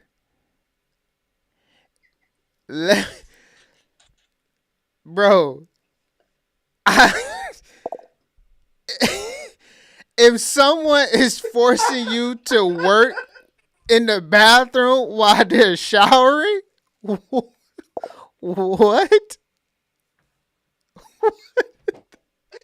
Oh, bro, can you imagine? The shower start up, homie come in, drop. I'm gonna wait for you out here, man, in the dressing room. Nah, stay right there. What you mean? Stay right there. Don't you move. Don't you move. Don't you move. And I'm showering with the curtain open. Man, this is crazy, man. Forcing someone to work in the bathroom while you're showering. And he was probably singing his greatest hits, too, in the shower.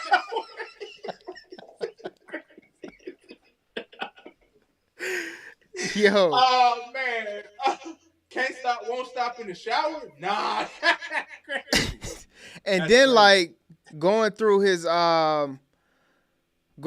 lawsuit right here, he put a GoFundMe page out. And just think, bro, like, people really, first off, do you think that this is true? It will be. It's all going to depend on how fast Diddy settles. That's what lets you know what's true and what's not. Everything Cassie said was true because he settled lickety split. You know what I mean? Like, he didn't want that problem. He settled, put a gag order on everybody. It's over. Like, can't even talk about this no more. So yeah, he if he fights this, you know. Maybe. You know what I'm saying? Maybe some lies, and it may be a guy just trying to capitalize on just the siege of freak allegations right now with Diddy. Or it could be a guy that was wronged in some way. Or it could be a guy that did something strange willingly and felt terrible about it after. You know what I mean? Like, so it could be a little bit of both. Now, if Diddy settles this by Wednesday, we know and you got to tell him no. And you got to tell him no. You got to tell him no. You got to tell him no. And so hold on, I'm sorry. I was trying to figure out. If he settles this one before the week is over, bro, yeah, he guilty.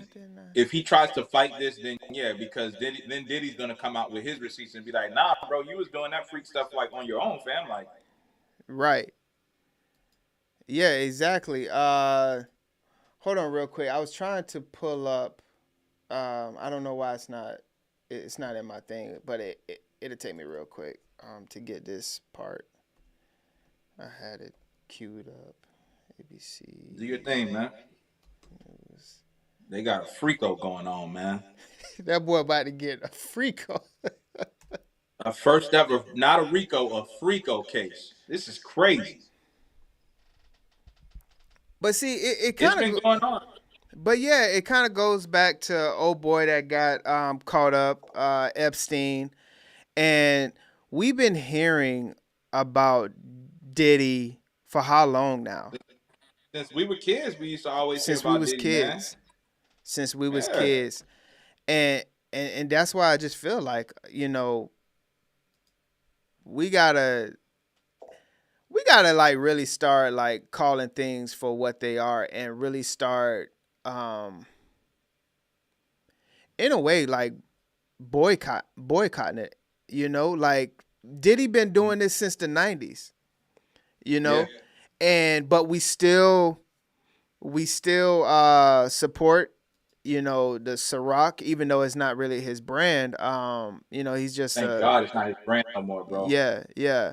But see, that's the thing though. My boy. Right. And from his music to all of those types of things, and let's be honest, it maybe not, you know, yours or my idol, but it's certain people idol, and certain people looked up to Diddy, you know? Right. And so it even has me thinking too, it's just like, so where do we stand with the people that like really rock with him? You know, the Rick Rosses, the DJ Khaled's, all those types of people that was on his team. And listen, if I'm hanging out with you and I'm calling you my boy, I know what you're doing. You know what I'm saying? Right. So it's like, how much do they really know? How much does it matter? Because dude, a billionaire. You feel me? No one was saying nothing to Harvey Weinstein because he had the box office on lock. No one was saying nothing to Jeffrey Epstein because he had a private island. Money will make you look the other way, man. Money will make you question your morals, because if all those dudes were standing on business like they say they is, it would have been a rap for him. You know what I'm saying? If R. Kelly's music wasn't as good as it is, it would have been a rap for him. But you know what R. Kelly did? While he was doing all this stuff, he continued to put out hits. He continued to put out hits. R. Kelly's been a freak for longer than Diddy. You know what I'm saying? Right. And he just kept putting out hits, and it was just like, okay, you can't really, you know what I'm saying? You can't really mess with that. So, you know, I feel like all of them kind of knew that there was a lot of validity to this. You know what I mean? Like, but all of them, it doesn't matter because of the money. Right. Yeah. And kind of like what I just saw a comment. What did she say? With this comment, and I think why this lawsuit is so heavy is not just Diddy that was in the lawsuit, and this is why, you know, Cuba Gooding Jr. was in there, and that's why everybody's trying to figure out, like, yo, Meek, like, you gotta explain yourself, because His time might be up, dog. Cuba Gooding Jr. is a wild dude, man. Okay, yep, here it is. Let me just pull this up. Radio been on some crazy stuff. Radio.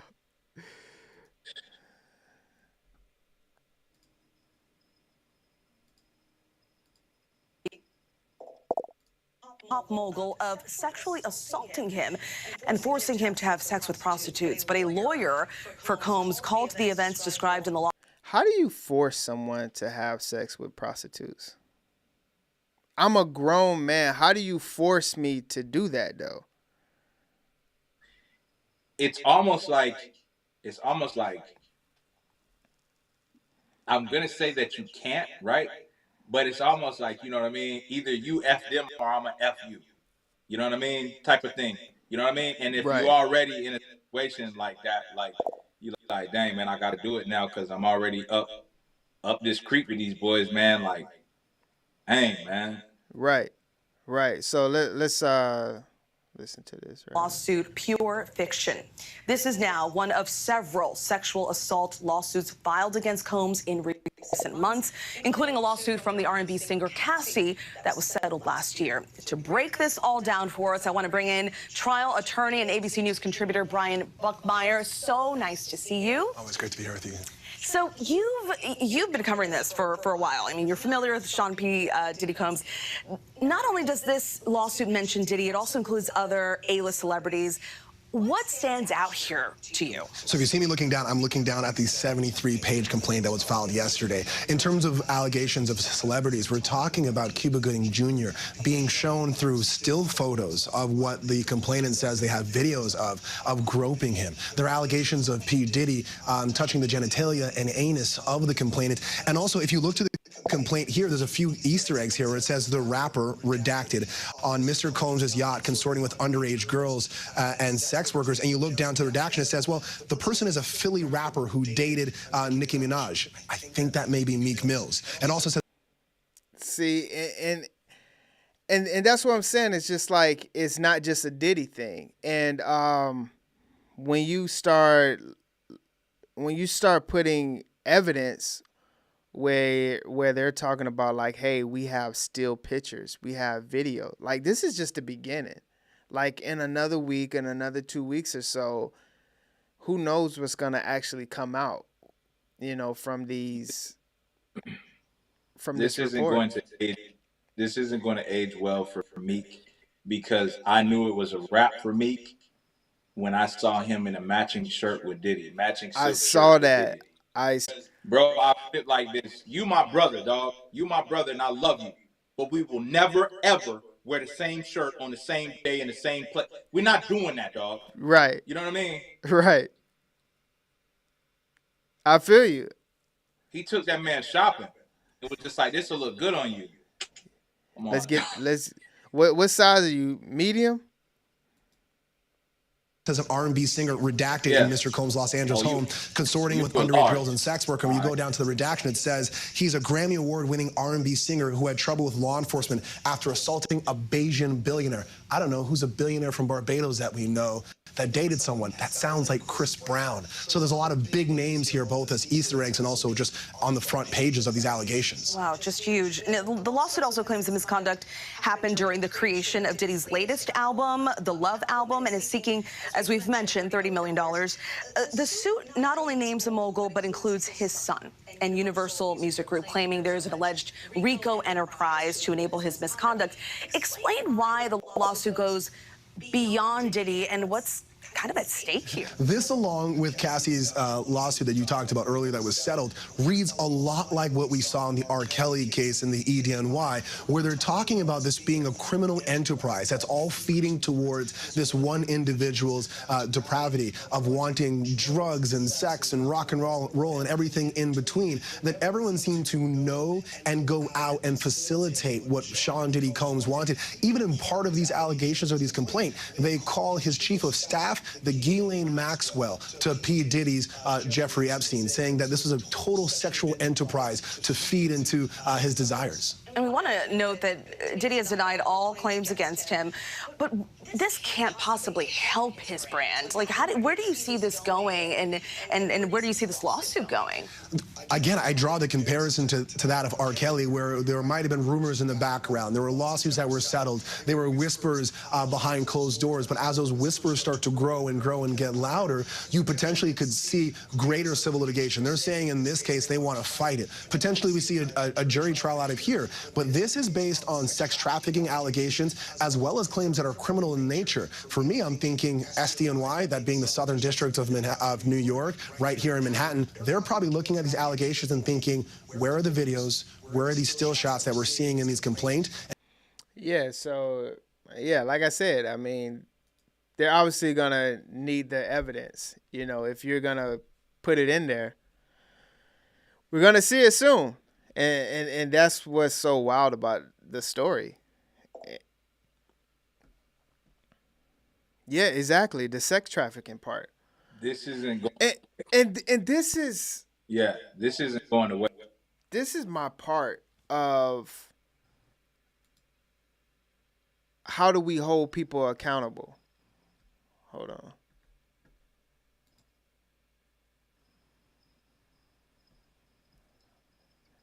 I think they're trying to play the long game with Diddy, man, and just like get insurmountable evidence, because it's the same thing with R. Kelly.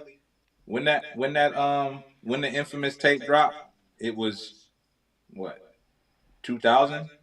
You know what I mean? Like, yeah. And he didn't end up getting locked up until what, 2019, 2020? Yeah. I would say, and so like before I touch this one, I wanted to say,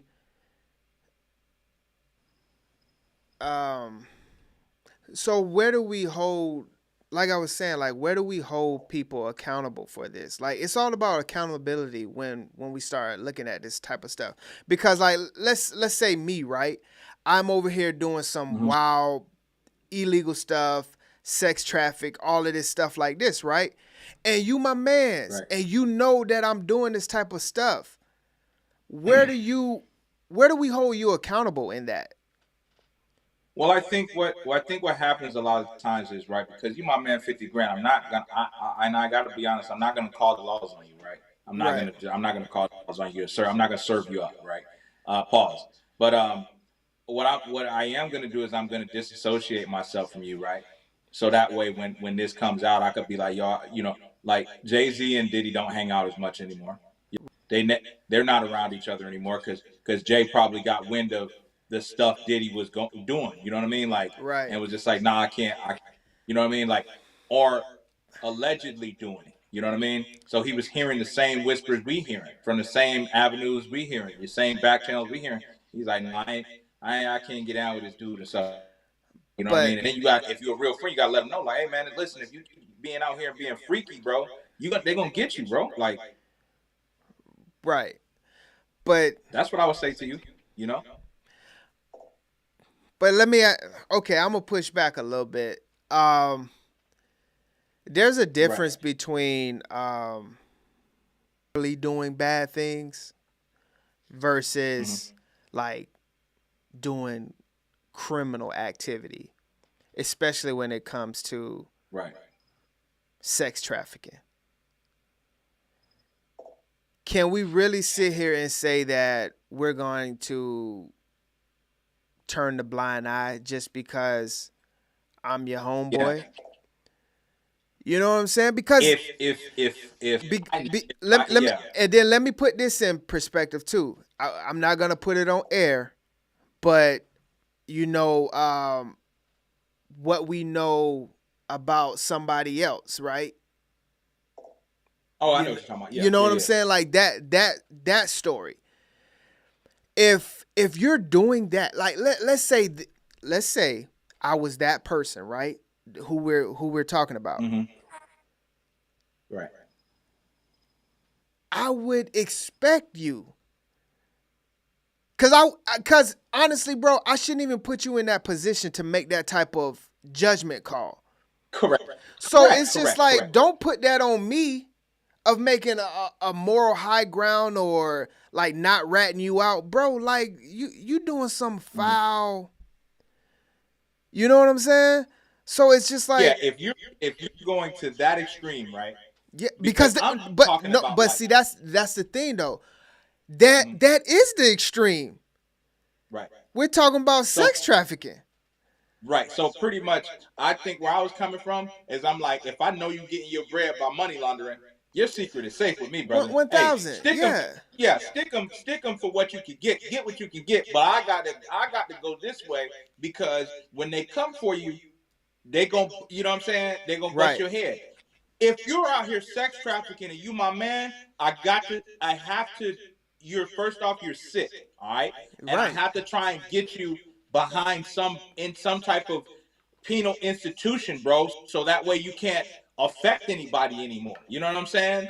And exactly, that's my point. That's love. That's love. You know what I mean? So if you're doing stuff like if you're raping, robbing, killing, I'm gonna, you got the, you know what I'm saying? But if you're money laundering, cooking the books and doing stuff like that, hey man, you know what I'm saying? The insider trading, you know what I'm saying? Stuff like that. Hey, get your bread, you know? So right, and that's why I say like we gotta stop living by that goofy code that we was brought up on. Like, oh, I ain't gonna snitch. I'm not. Right.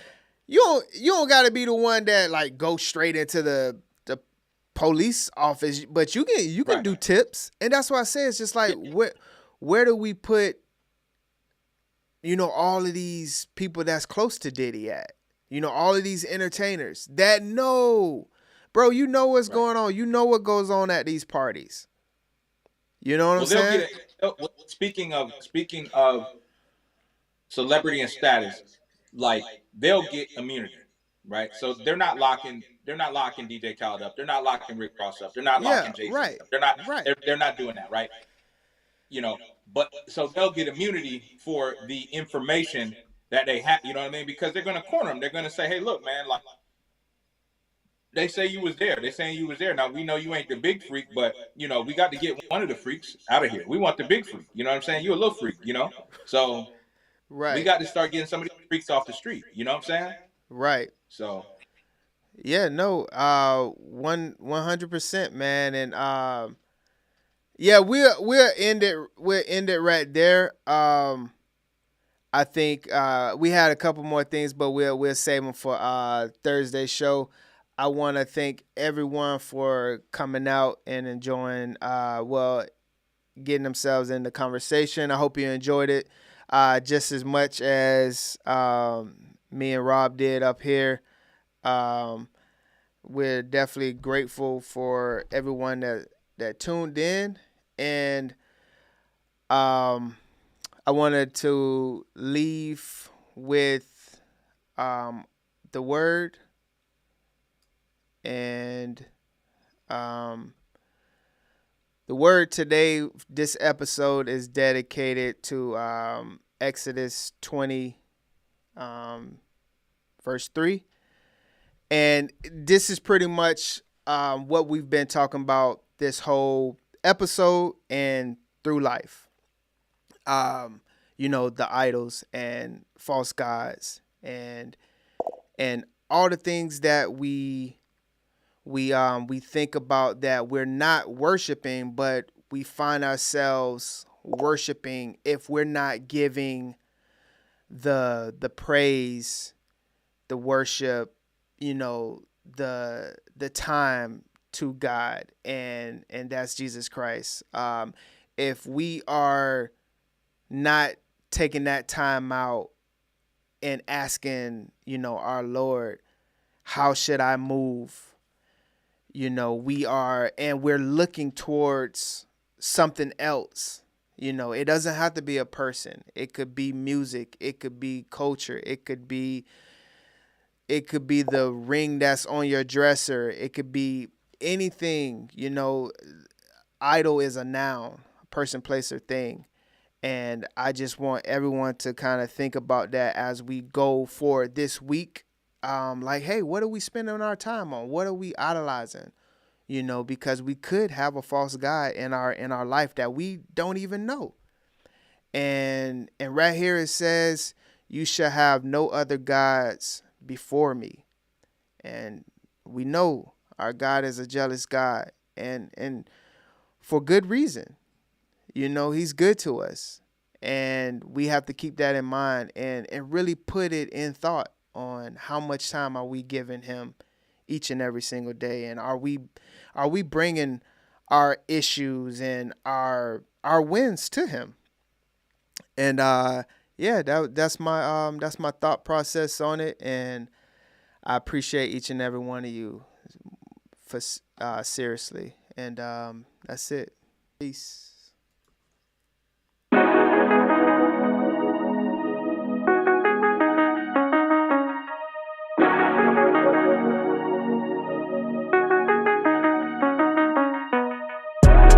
No pressure. Look, I got them bless you. Wonder why I'm feeling extra. Say what it do, what the business is. Folk running over what the devil saying. Shoes, pants, chest, shoulders. Get up off me, don't get closer. It ain't over, tell it's over. Game breaker, big joker. It's a whole lot of flexing going on. Feel like I could walk on water, lemon pepper stepper zone. We was really down bad, told my mama not for long. Held and thought they got another one, we know they got it wrong. And another thing, hold up now we don't wrestle with flesh and blood. I was out here wildin', ain't the same way that I was. Tapping when I pray, I'm tapping like I know the blood. Back up with the hate, respectfully, it's all in love. Hairline check, fade check. The only chains ain't broken is the ones that's on my neck. The coldest with some boldness got me flowing with the vets. It's all there, ain't no need to second guess. Yes. No pressure. Look, I got them bless you. Wonder why I'm feeling extra. Say what it do, what the business is. Running over what the devil sin. Shoes, pants, chest, shoulders. Get up, off me, don't get closer. It ain't over till it's over. Game breaker, big joker. Jesus like don't trip, finna make the boat tip. Set the tone with that ice cold, but I won't slip. In my bag like road trip. Switch stands, do my dance, dog. He really don't miss. I don't need a crystal less it's hot sauce, brother.